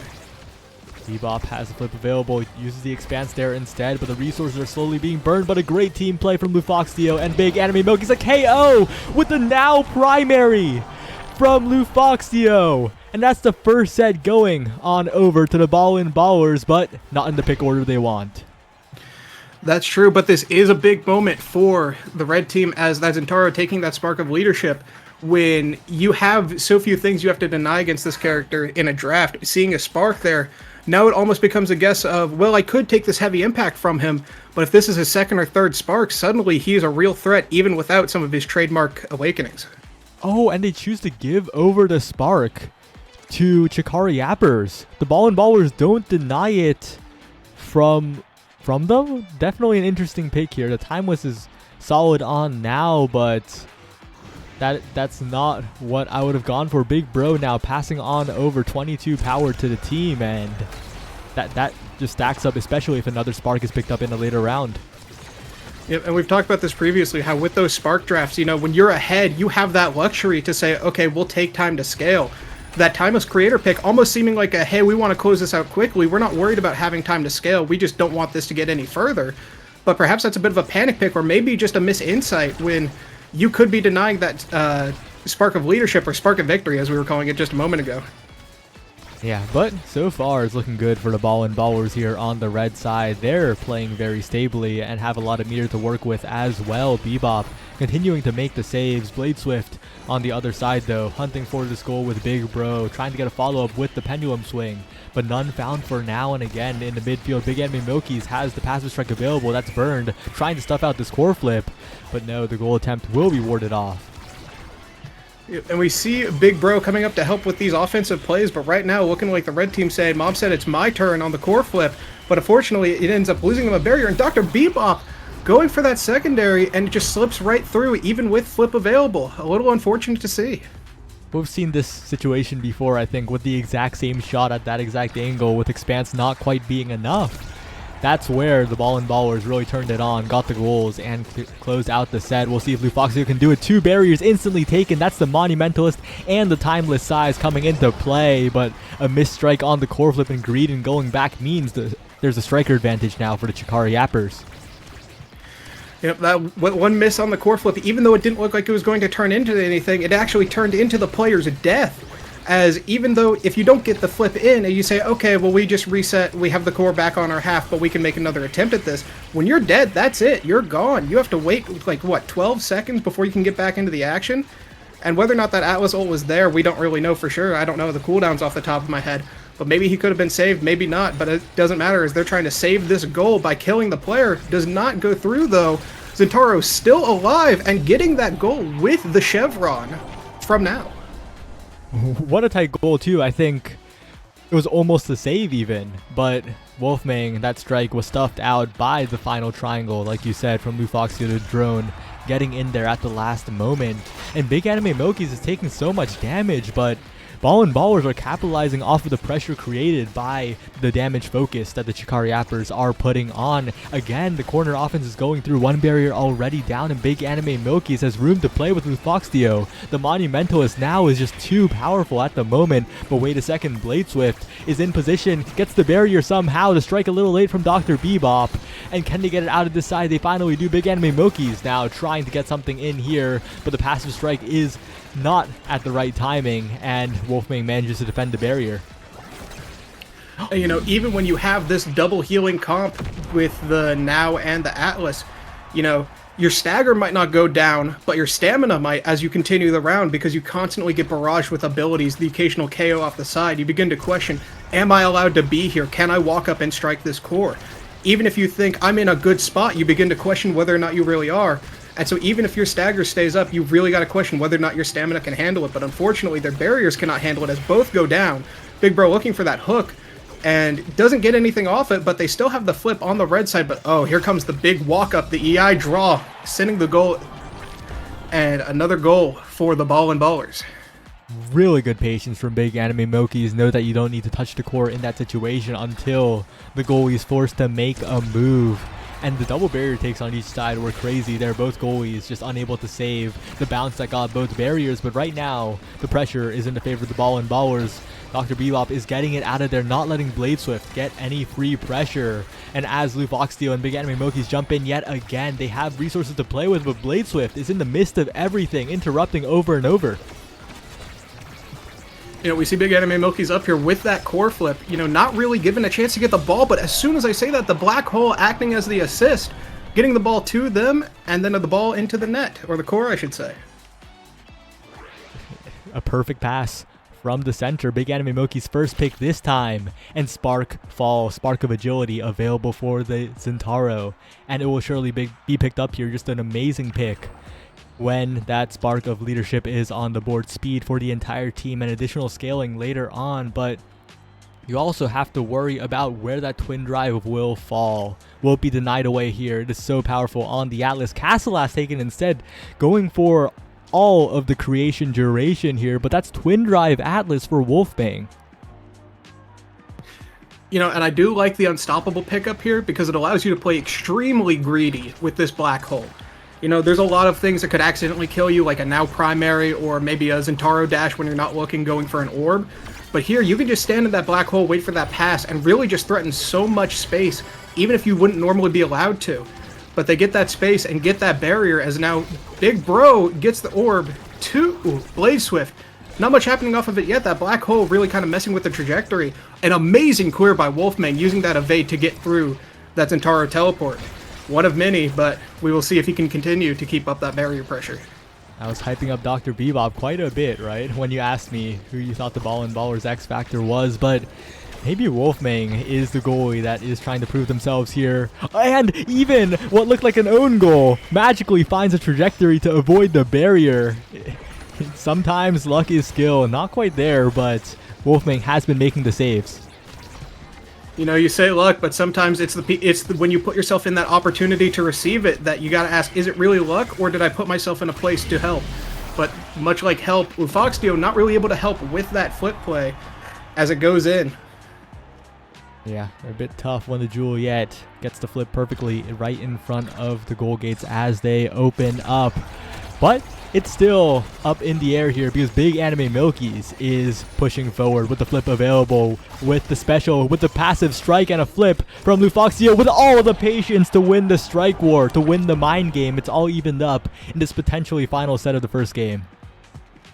Yep, almost like an act of sleight of hand. You see the core flip go out to maintain possession even in that chaotic state, potentially getting it to Milky's, but fortunately they managed to remain calm and say, you know what, I don't have to do anything. I'm going to let you squirm under the pressure and see what you do, and when you give me the opportunity, I'm going to strike, and they strike straight into that net.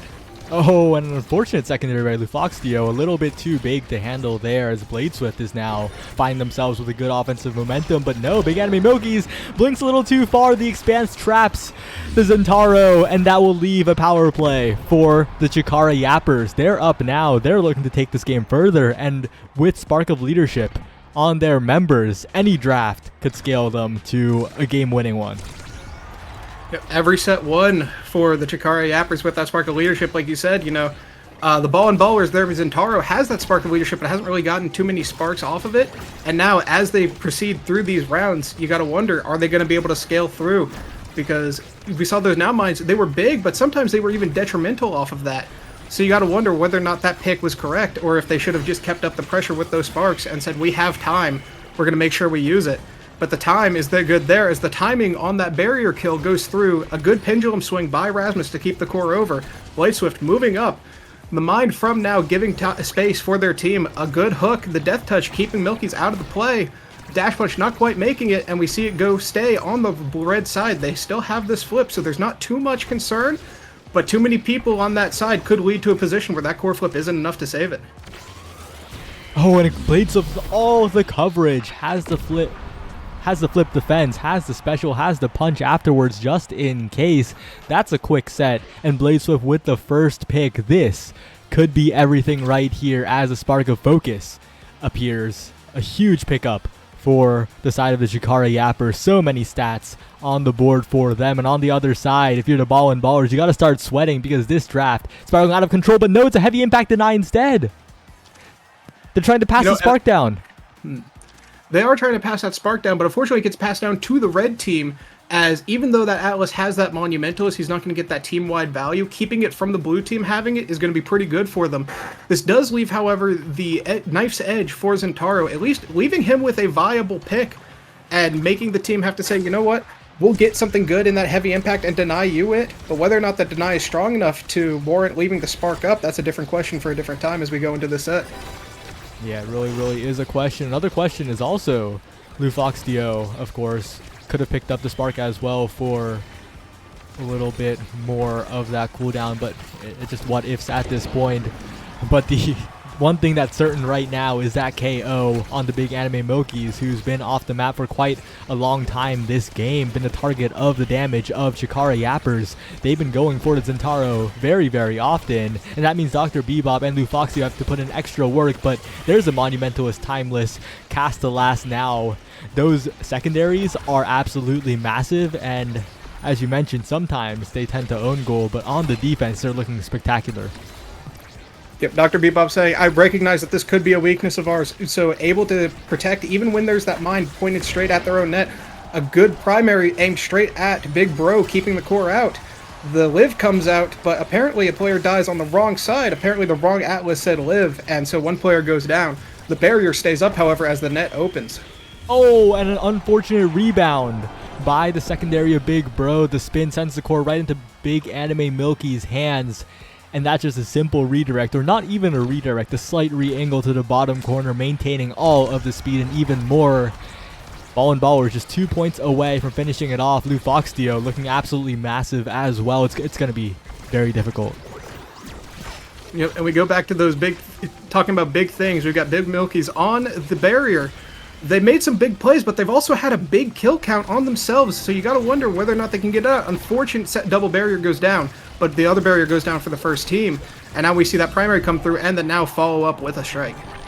The Ball and Baller is looking as good as ever, and even though that flip greed made them lose the barrier there, they still managed to get the goal. That's a lot of meter on their side. That's 2 flips to use right off of kickoff, and this could mean that they are here to take 2 barriers, take the goal instantly. 2 barriers taken by Big Anime Milky's going for the flip. It doesn't connect, but there's another backup one on defense for Bebop as Big Anime Milky's and Lufoxdio trying to get into position. But the defense, the midfield by Big Bro for the moment is so good. Lufoxdio, so much speed to work with. Big Anime Milky's gets the benefit of it as well.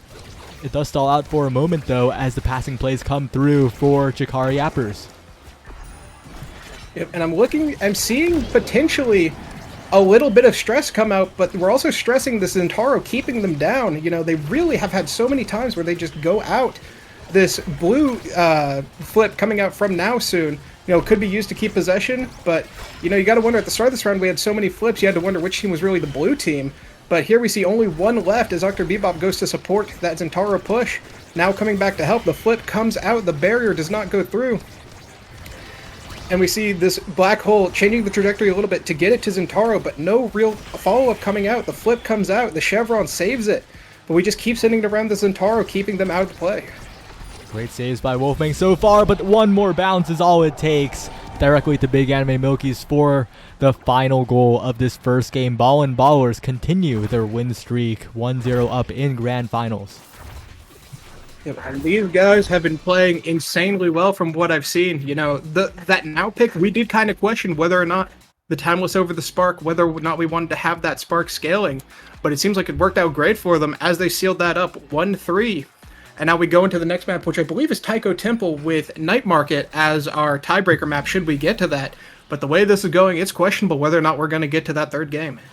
Especially because the Chikara Yappers were actually the ones who first picked Atlas's lab. So Taiko Temple, where the Ballin' Ballers want to go, and this is going to be even more difficult. And like you said, it really paid off. They gambled on getting that immediate power, and the Ballin' Ballers were able to seal out the game before Chikara Yappers could scale too much, despite some of the sparks coming through. And heading to the next one, Taiko Temple, it's going to be very different, especially because of the slightly gimmicky format that this Osas Finale has. You can't pick characters that you won with. Yep, I saw you talking earlier about that modified fearless draft, and you know, that is kind of interesting when you have these types of tournaments, because sometimes these players are here and you think, okay, well, they're here because maybe they're very good at this character, or they're very well known for this character. But when you put them in this situation where they have to be more versatile, it really puts that emphasis on what are the starting awakenings, what are the map. Maybe this isn't your best character, but this is your best pick for the situation, and you sort of have to ration those picks and think to yourself, is this who I want to be playing in this moment, or do I need to save this for later? But right now there's potentially no later for the Chikara Yappers as we go into this next game soon, as Ballin' Ballers looking to take it 2-0. Yeah, it will definitely be something that we'll have to see, because not every game is a leadership start after all, even though it feels like almost every game is. I think we've seen 3 so far, just today, and that's really high. That's not normal. That's not normal, you know. Something seems up, but Spark of Leadership starts not in every game, so something will be different in this next game, most likely. And it gives me a little bit of a throwback, a little bit of nostalgia to back when we had Infinite Awakenings, you know. You would see things like Infinite of the Old Unstoppable or Infinite Twin Drive, and you would have these very polarizing rounds where you just load in, and it wasn't really your fault for picking what you did or being on the map that you're on, but suddenly the entire tide turns just because everybody has access to something extremely powerful, and whether or not that changes the course of the game. Yeah, we'll definitely have to see, but it seems both teams are taking a bit to get ready. Anything else that was interesting there? Because Chikara Yappers, they can choose to run a very similar composition back, although I don't think they'll pick that exact comp on Taiko Temple, of course. Taiko Temple, a map where creations rule. I remember I was casting with Liari the other day. It was Eris Kitten Club versus Sad Boys, and the Sad Boys picked triple creations. I think it was Atlas, Dubu, Now. And even though Eris Kitten Club had possession like 90% of the game, they couldn't take a barrier. Yeah, you know, creations on that map, like, I'm a big fan of Rune, big Rune player here, and I love him on that map. It's one of the few maps where it really feels like he can shine and be that oppressive force, that sort of, that lockdown that you really love to see come out of the character. But yeah, I mean, I've seen Atlas forwards, Dubu forwards. I've seen Asher midfield on that map, and with her change, she seems very strong. Not necessarily as a midfield, but just in general, midfield, goalie, forward, her primary working. I've seen so many dash punches get shut out just by a single button. That character really is an impressive character on that map, and maybe we'll get to see an Asher on this map as we go into Taiko. But we're still waiting on the player, so we're not really sure when that's going to be. Oh, it looks like they are ready. You willed it into existence. One last thing, though. There's a bit of Chikara history here for the Chikara Yappers. Their coach, the great Ostini, got second place in the OSAS that they participated in. And the great Ostini's coach, Vladilena, got second place in the last OSAS that they participated in. The Chikara streak is a little bit brutal here, and Chikara Yappers are going to have to win a lot of games to break the history. But unfortunately, it's looking like this draft is the thing that's winning as we see yet another No spark way. of leadership game. You know, that prime time is nice, but full team-wide buff, every player being a threat, that's just... It's tough out here. Wait, there's no way. What are the odds? This is the 4th one today, right? At least the second that I've seen, but, you know, when life hands you lemons, you gotta do what you can with it, make some lemonade. But maybe these players are feeling a little sour. All right, and we're seeing very, very fitting compositions on this map. And I think the Ballers, this being their second map after win, is very, very good for them because these are some comfort picks for these players and something that you wouldn't necessarily expect after not being allowed to play their main picks. I think this is going to be a huge benefit, but once again, they're going with the strategy of only the Brawler taking the Spark, and we'll see how it pays out here. Yeah, you know, this map, like, first of all, this Shogun Asher skin, beautiful skin. I'm a huge fan of that skin. Not so much the character, as I've lost too much LP to them, but, you know, that skin is fantastic. The art team does an amazing job. But also, with this map, you know, I call this, like, the JRPG map, you know, because you've got your 3 dudes, and a lot of the times you just end up sending them in a line in that pocket. You know, it's like if Obscura was small back in the day, but the only thing small right now is this Asher getting focused by this Era Beam, and now this core bouncing around, not really going where they want it to. BlazSwift doing a good job covering the edge for that clear. Small again, though, not really able to make much of a play happen. As this tornado comes through, shoving off the lane, they swap lanes, can't get it out. Another Era tornado comes through. Like you said, these creation characters really good at locking down space. They really are, but Bebop has to be careful. With the only non-creation character on this map and doesn't have a lot of room to clear there, BlazSwift with a good coverage makes it so that the Chikara Yappers are up early, but they can't rest easy because that round, it really wasn't in anyone's favor. Both teams struggled to maintain possession, and of course on Taiko Temple, it's pretty hard to maintain possession.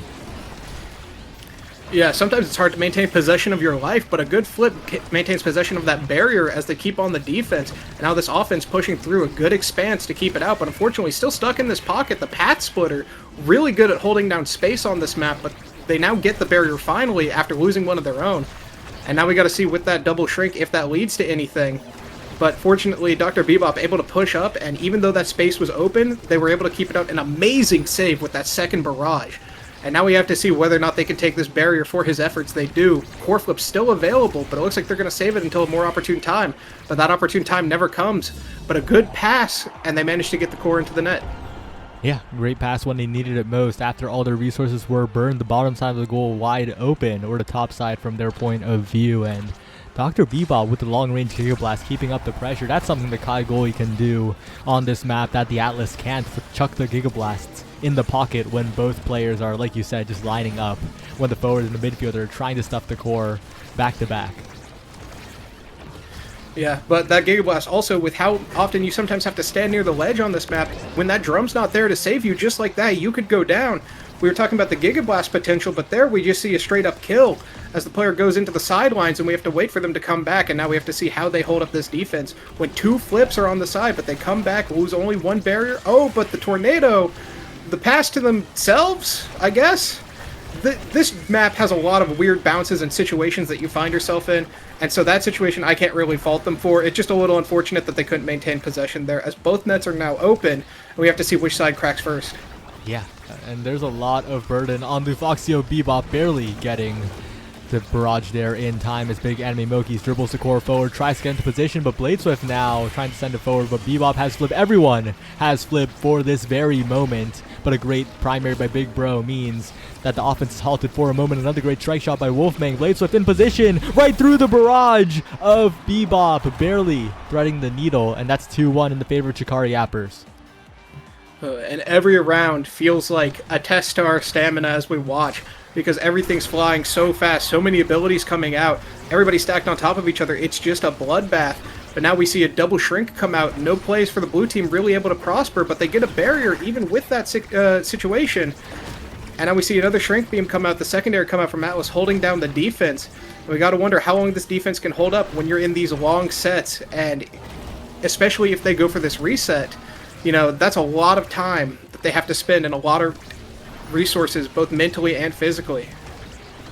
Blade Swift now trying to beat 2 in the corner, but a great clear from the Baller sends it away. But Blade Swift, unrelenting, will get the barrier, will force the core through. Big Enemy Milky's trying to do the same on the other side with the Pad Splitter, but unable to do so. Great expanse, a great flip. Wolfgang sends it right to Milky's, who sends it for the barrier. Now Bebop getting a bounce off the bumper. And a great KO from Lufoxio. The NATO is perfectly placed as Bebop forces it past Big Bro. Milky's follows up. That's a goal for the Ballers, and we're heading to a 0.5. If every set is going like this, we may be here for a long time. But, you know, both sides are playing excellently. There are a couple, like, KOs that come out and you kind of question, maybe they shouldn't have been there, maybe they should have been there. A good barrier goes down. It's no longer there. And now we see as the offense from the red team comes up, we see it go back onto the red team's half. Blue side going up, and one of the problems with this map is that with those drums, it can be a little hard to dribble sometimes to keep your offense going, especially when you have to bait things like a core flip that just comes out and gets a barrier with the help of the Asher. Look at Milky's. That core flip is being built rapidly. The barriers are all down. Doesn't even need it. Strike Wars. The Atlas primary gets the strike buffer just in time. That's a huge win for the Ballers. That's Milky's first pick this time. The leadership solo pick doesn't bite them, but the lack of a spark kind of does. Yeah, and, you know, you can't really say that that's your fault or that you chose wrong. It's just unfortunate that you find yourself in this situation where, you know, you set yourself up for greatness and the game just says, we're going to take a step back. That first one didn't count. Let's run the tape. Yeah, but still great picks available. But I think the one to highlight is actually the unstoppable on Wolfgang. That awakening is insane on the goalie. It warps how the opposing forwards have to play. Everything else is just standard good picks, but I think the Ballers will have to be very aware of that unstoppable on the Atlas goalie. Yep, and another thing to consider is that Atlas goalie did take primetime over the spark of leadership, and that leads to a situation where, you know, first astral projection comes out, maybe you beat it, maybe you don't. Second one comes out, there's still that unstoppable that you have to beat through every single round, every 8 seconds. You know, if you can't beat through that, that Asher's never really going to have an opportunity to go get on the goalie and score a point. But things like Arrow Beam, thankfully, do the debuff still affecting the goalie, even with it almost passing to the red team off of their own expanse. Luckily managed to get it out. Another primary comes out. And we see red team, Dr. Bebop, moving up to help with the offense, but they can't seem to get it out of the blue team's half, you know. A good beam to try to help with the offense, but Blade Swift now in possession of the ball. We'll see what they do with it. Drum almost messing them up, but here we see Big Bro coming to step down and say, you know what, I need to come back and help out. But a big kill off of the drum. You know, it reminds me of that Clarion bounce house where sometimes you feel like you're safe and then all of a sudden you're bouncing around the stage and you're just dead. Yeah, it's hard to predict, but Lufoxio predicts that situation perfectly. Backs up Bebop, gets a perfect strike in the midfield. Everything so good for the midfielder of the Ballers. The dance like they've done every point. They do the dance even when they lose the point. They just do it. It's a habit at this point, and the Ballers are looking like they're in firm control of this game. You know, you mentioned that dance. I've noticed that when they lose the point, they tend to do the dance towards the enemy goal, and when they score a point, they tend to do it to their own. But fortunately, they're going for the enemy goal right now, and they take both barriers, this Asher being an oppressive force, but they managed to get it out. Lufoxio says otherwise with the flip, keeping possession and keeping the points in their favor. And that dribble was crazy. I didn't expect it to go that fast, but the drum bounced it back at basically max core speed, and Lufoxio got the core immediately. I think the defense of Chikari Yapper is not expecting that either. But right now, they're focused on offense right now. Blade Swift sending it forward with the flip available. Bebop gets themselves out from the pressure. Milky's, though, continuing the corner offense, sending it through. Blade Swift with the flip up, but you got to be in position to use that. You don't want to use it on a single barrier, but that might be a little bit too much greed. Yep, you know, using that flip to protect a barrier of their own, maybe using one to score this one. Keeping possession, not really sure how they're going to get that through, but with a primary, a dash, and a strike, you know, sometimes there's just not enough you can do, especially as a ranged goalie, where you want to go for more of those like interceptions. Once the brawler gets on you, it is a little troublesome if you don't have that Giga Blast to get them off.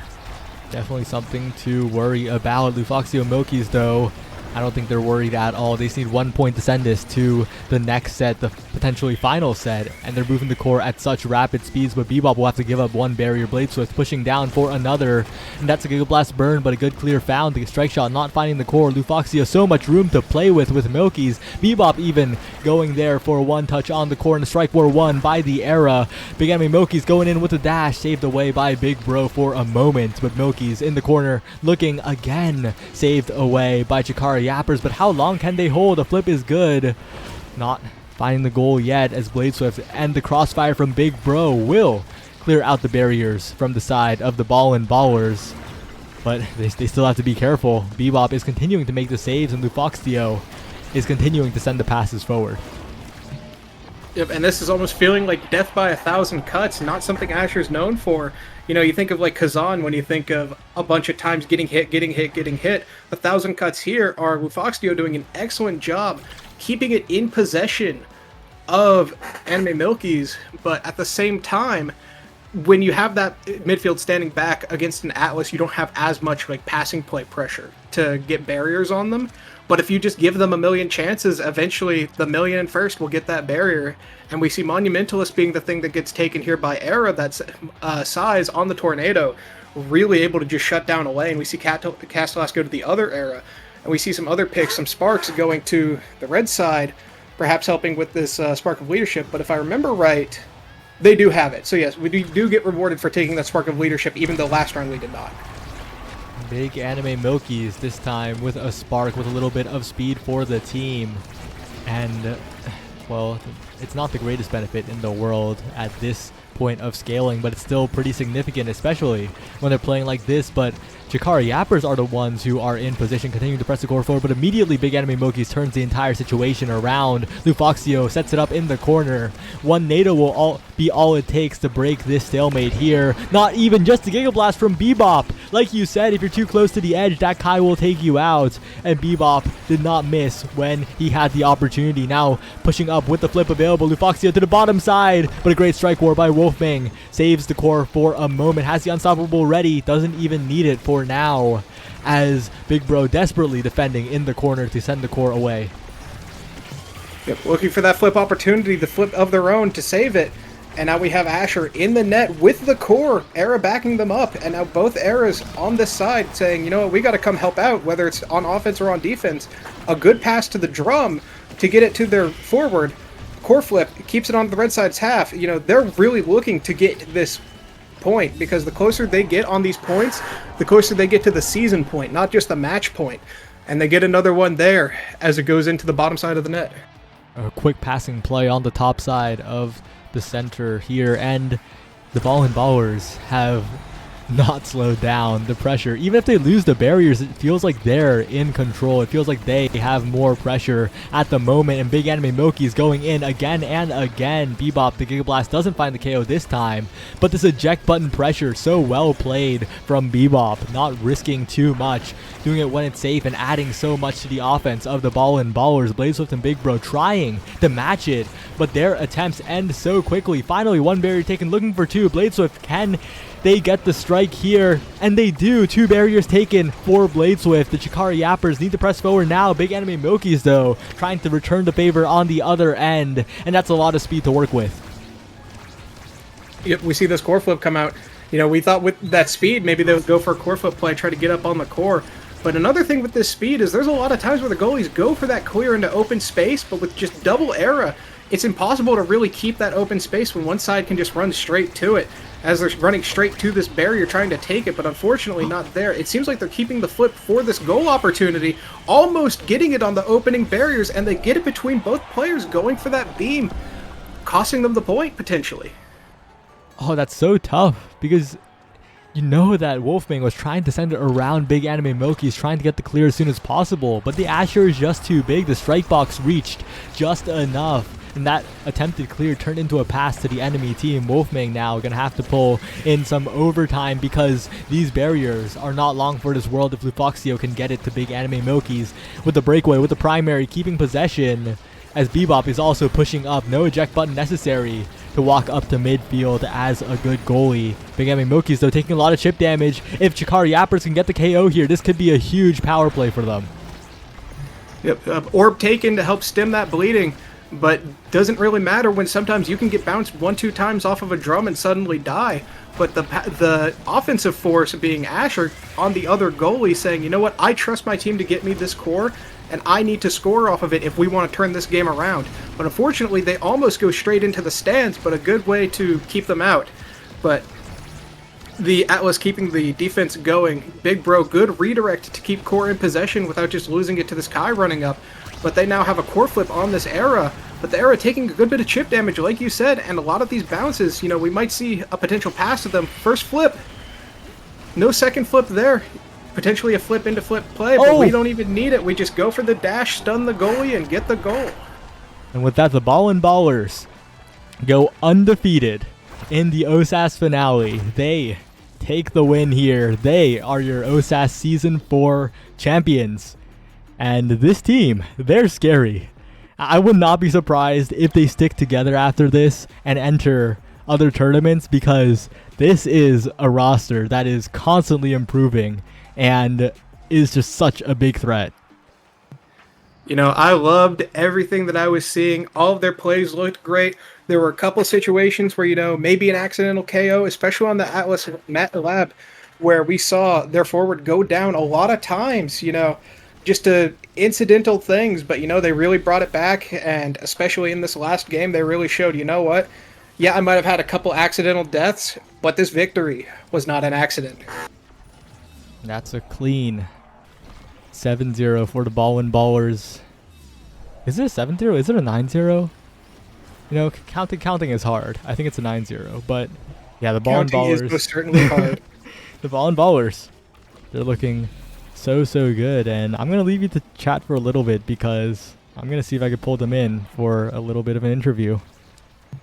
All right, I guess we'll have to see what they have to say, but you know, one could say that they were most certainly balling these last two games. Yep. And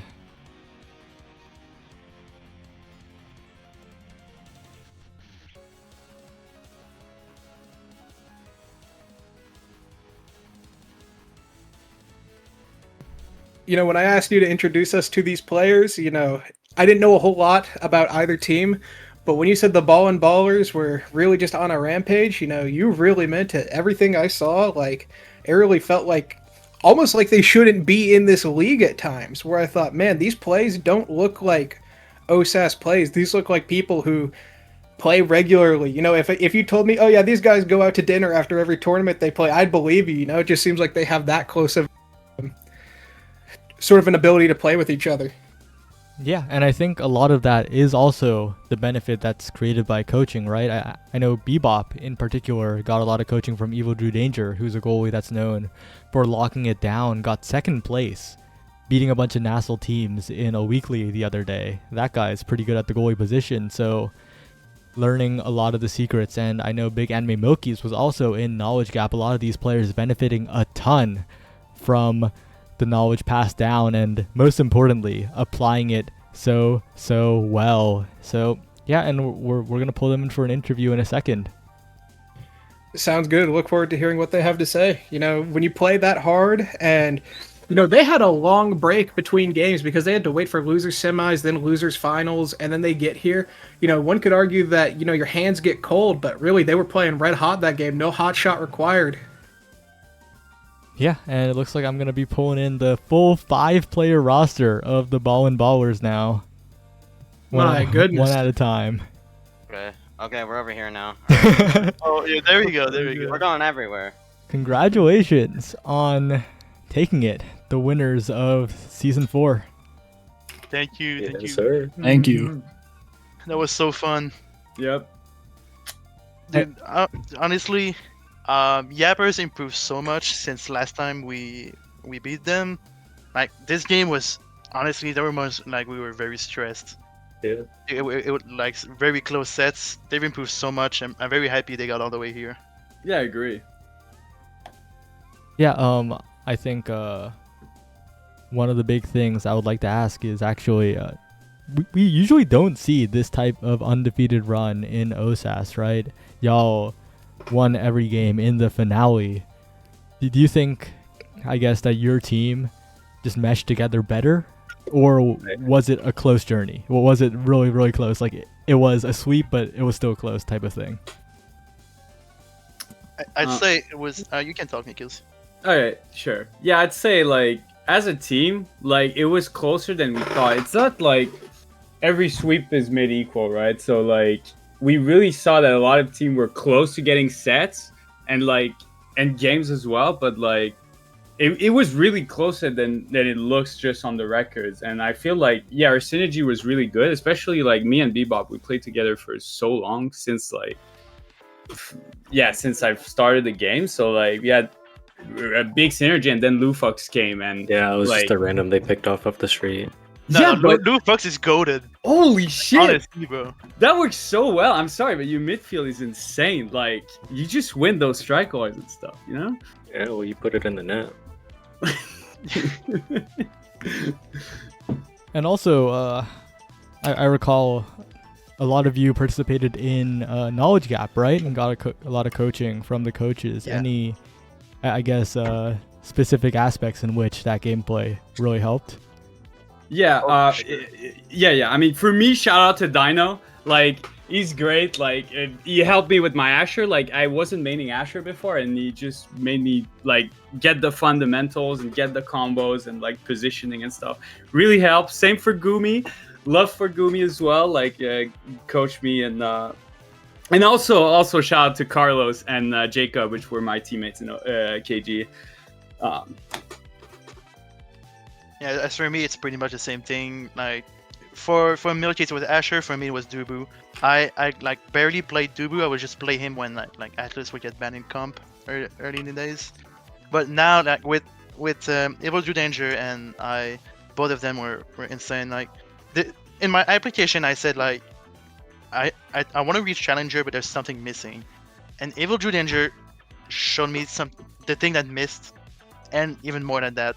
And honestly, I think I'm more confident on my Dubu than my Atlas because of him. I'm very happy with the coaching. It was very fun.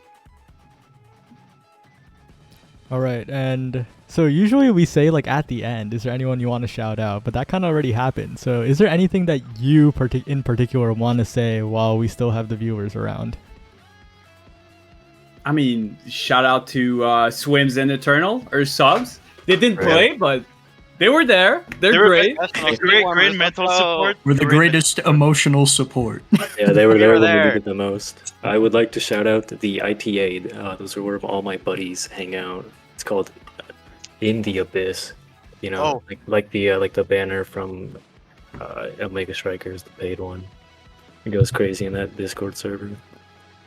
Okay, there's one more thing I want to shout out. I want to shout out our YouTube channel, Ballin' Ballers. We're about to upload a new video. It is freaking amazing, okay? We are about to upload a banger. You have to link it. Link in the video chat. is coming soon. Oh, it's not posted yet. But it's gonna be like tonight. I mean, post the channel still. Yeah, you know? put the channel in the chat yeah. right now.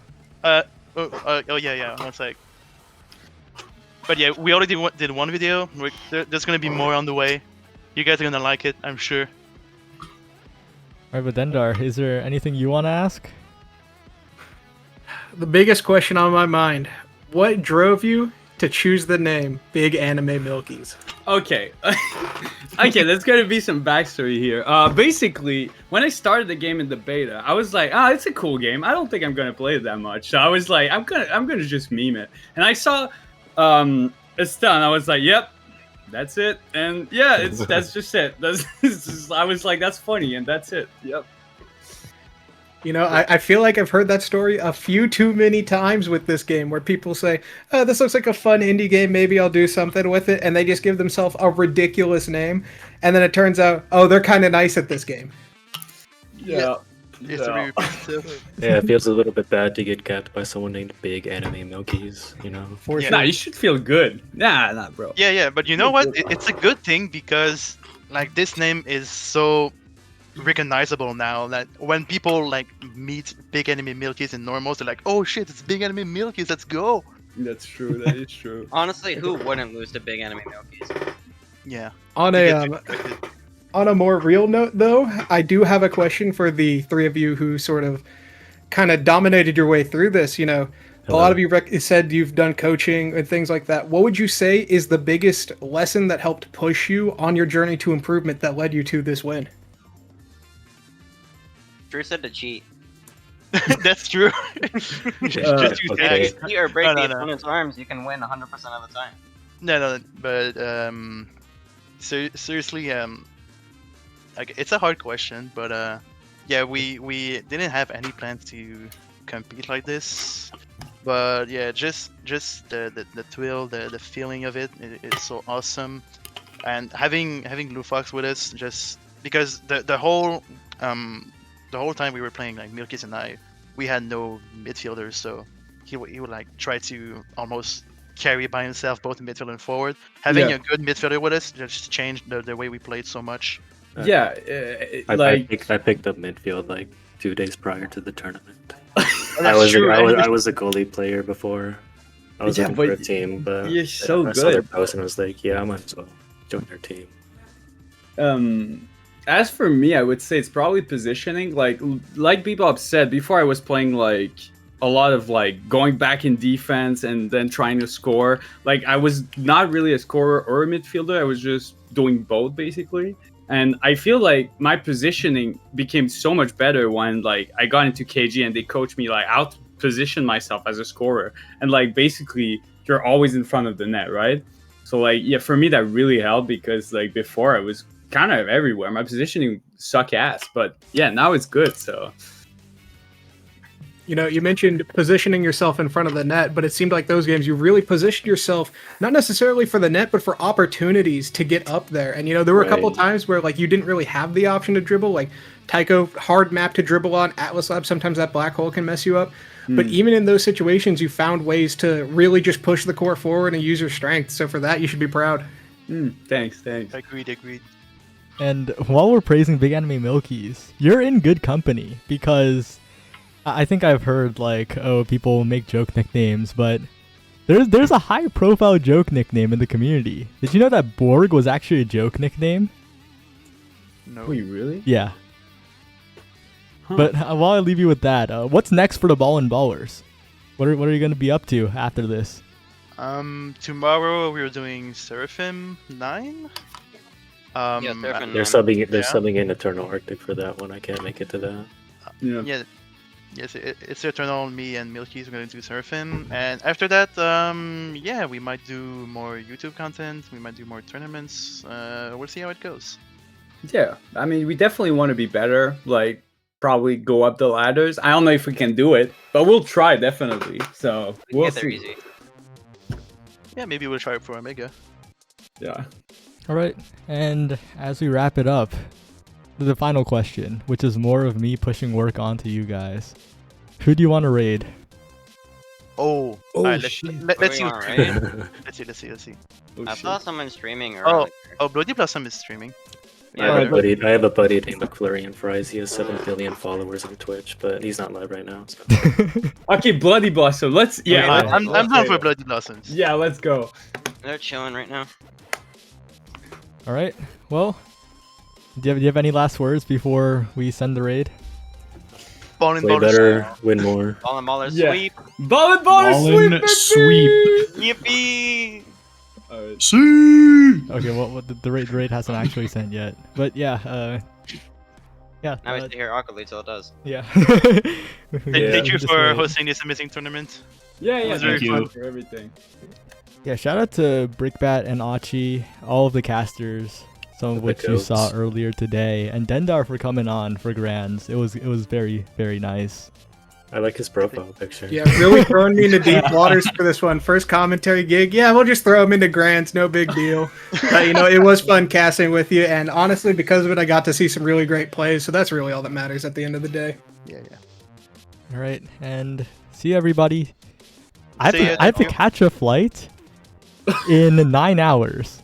Oh, is it for the the Arizona land. So yeah, everybody who's still here, watch that. Yeah, everyone who's here, watch that, and thank you, Ball and Ballers, for making it short today. Because if everything went to Game 3, set 5.5, I would not have made the flight. But yeah, see ya. Yeah. See ya. Goodbye. Best of luck. Later, man.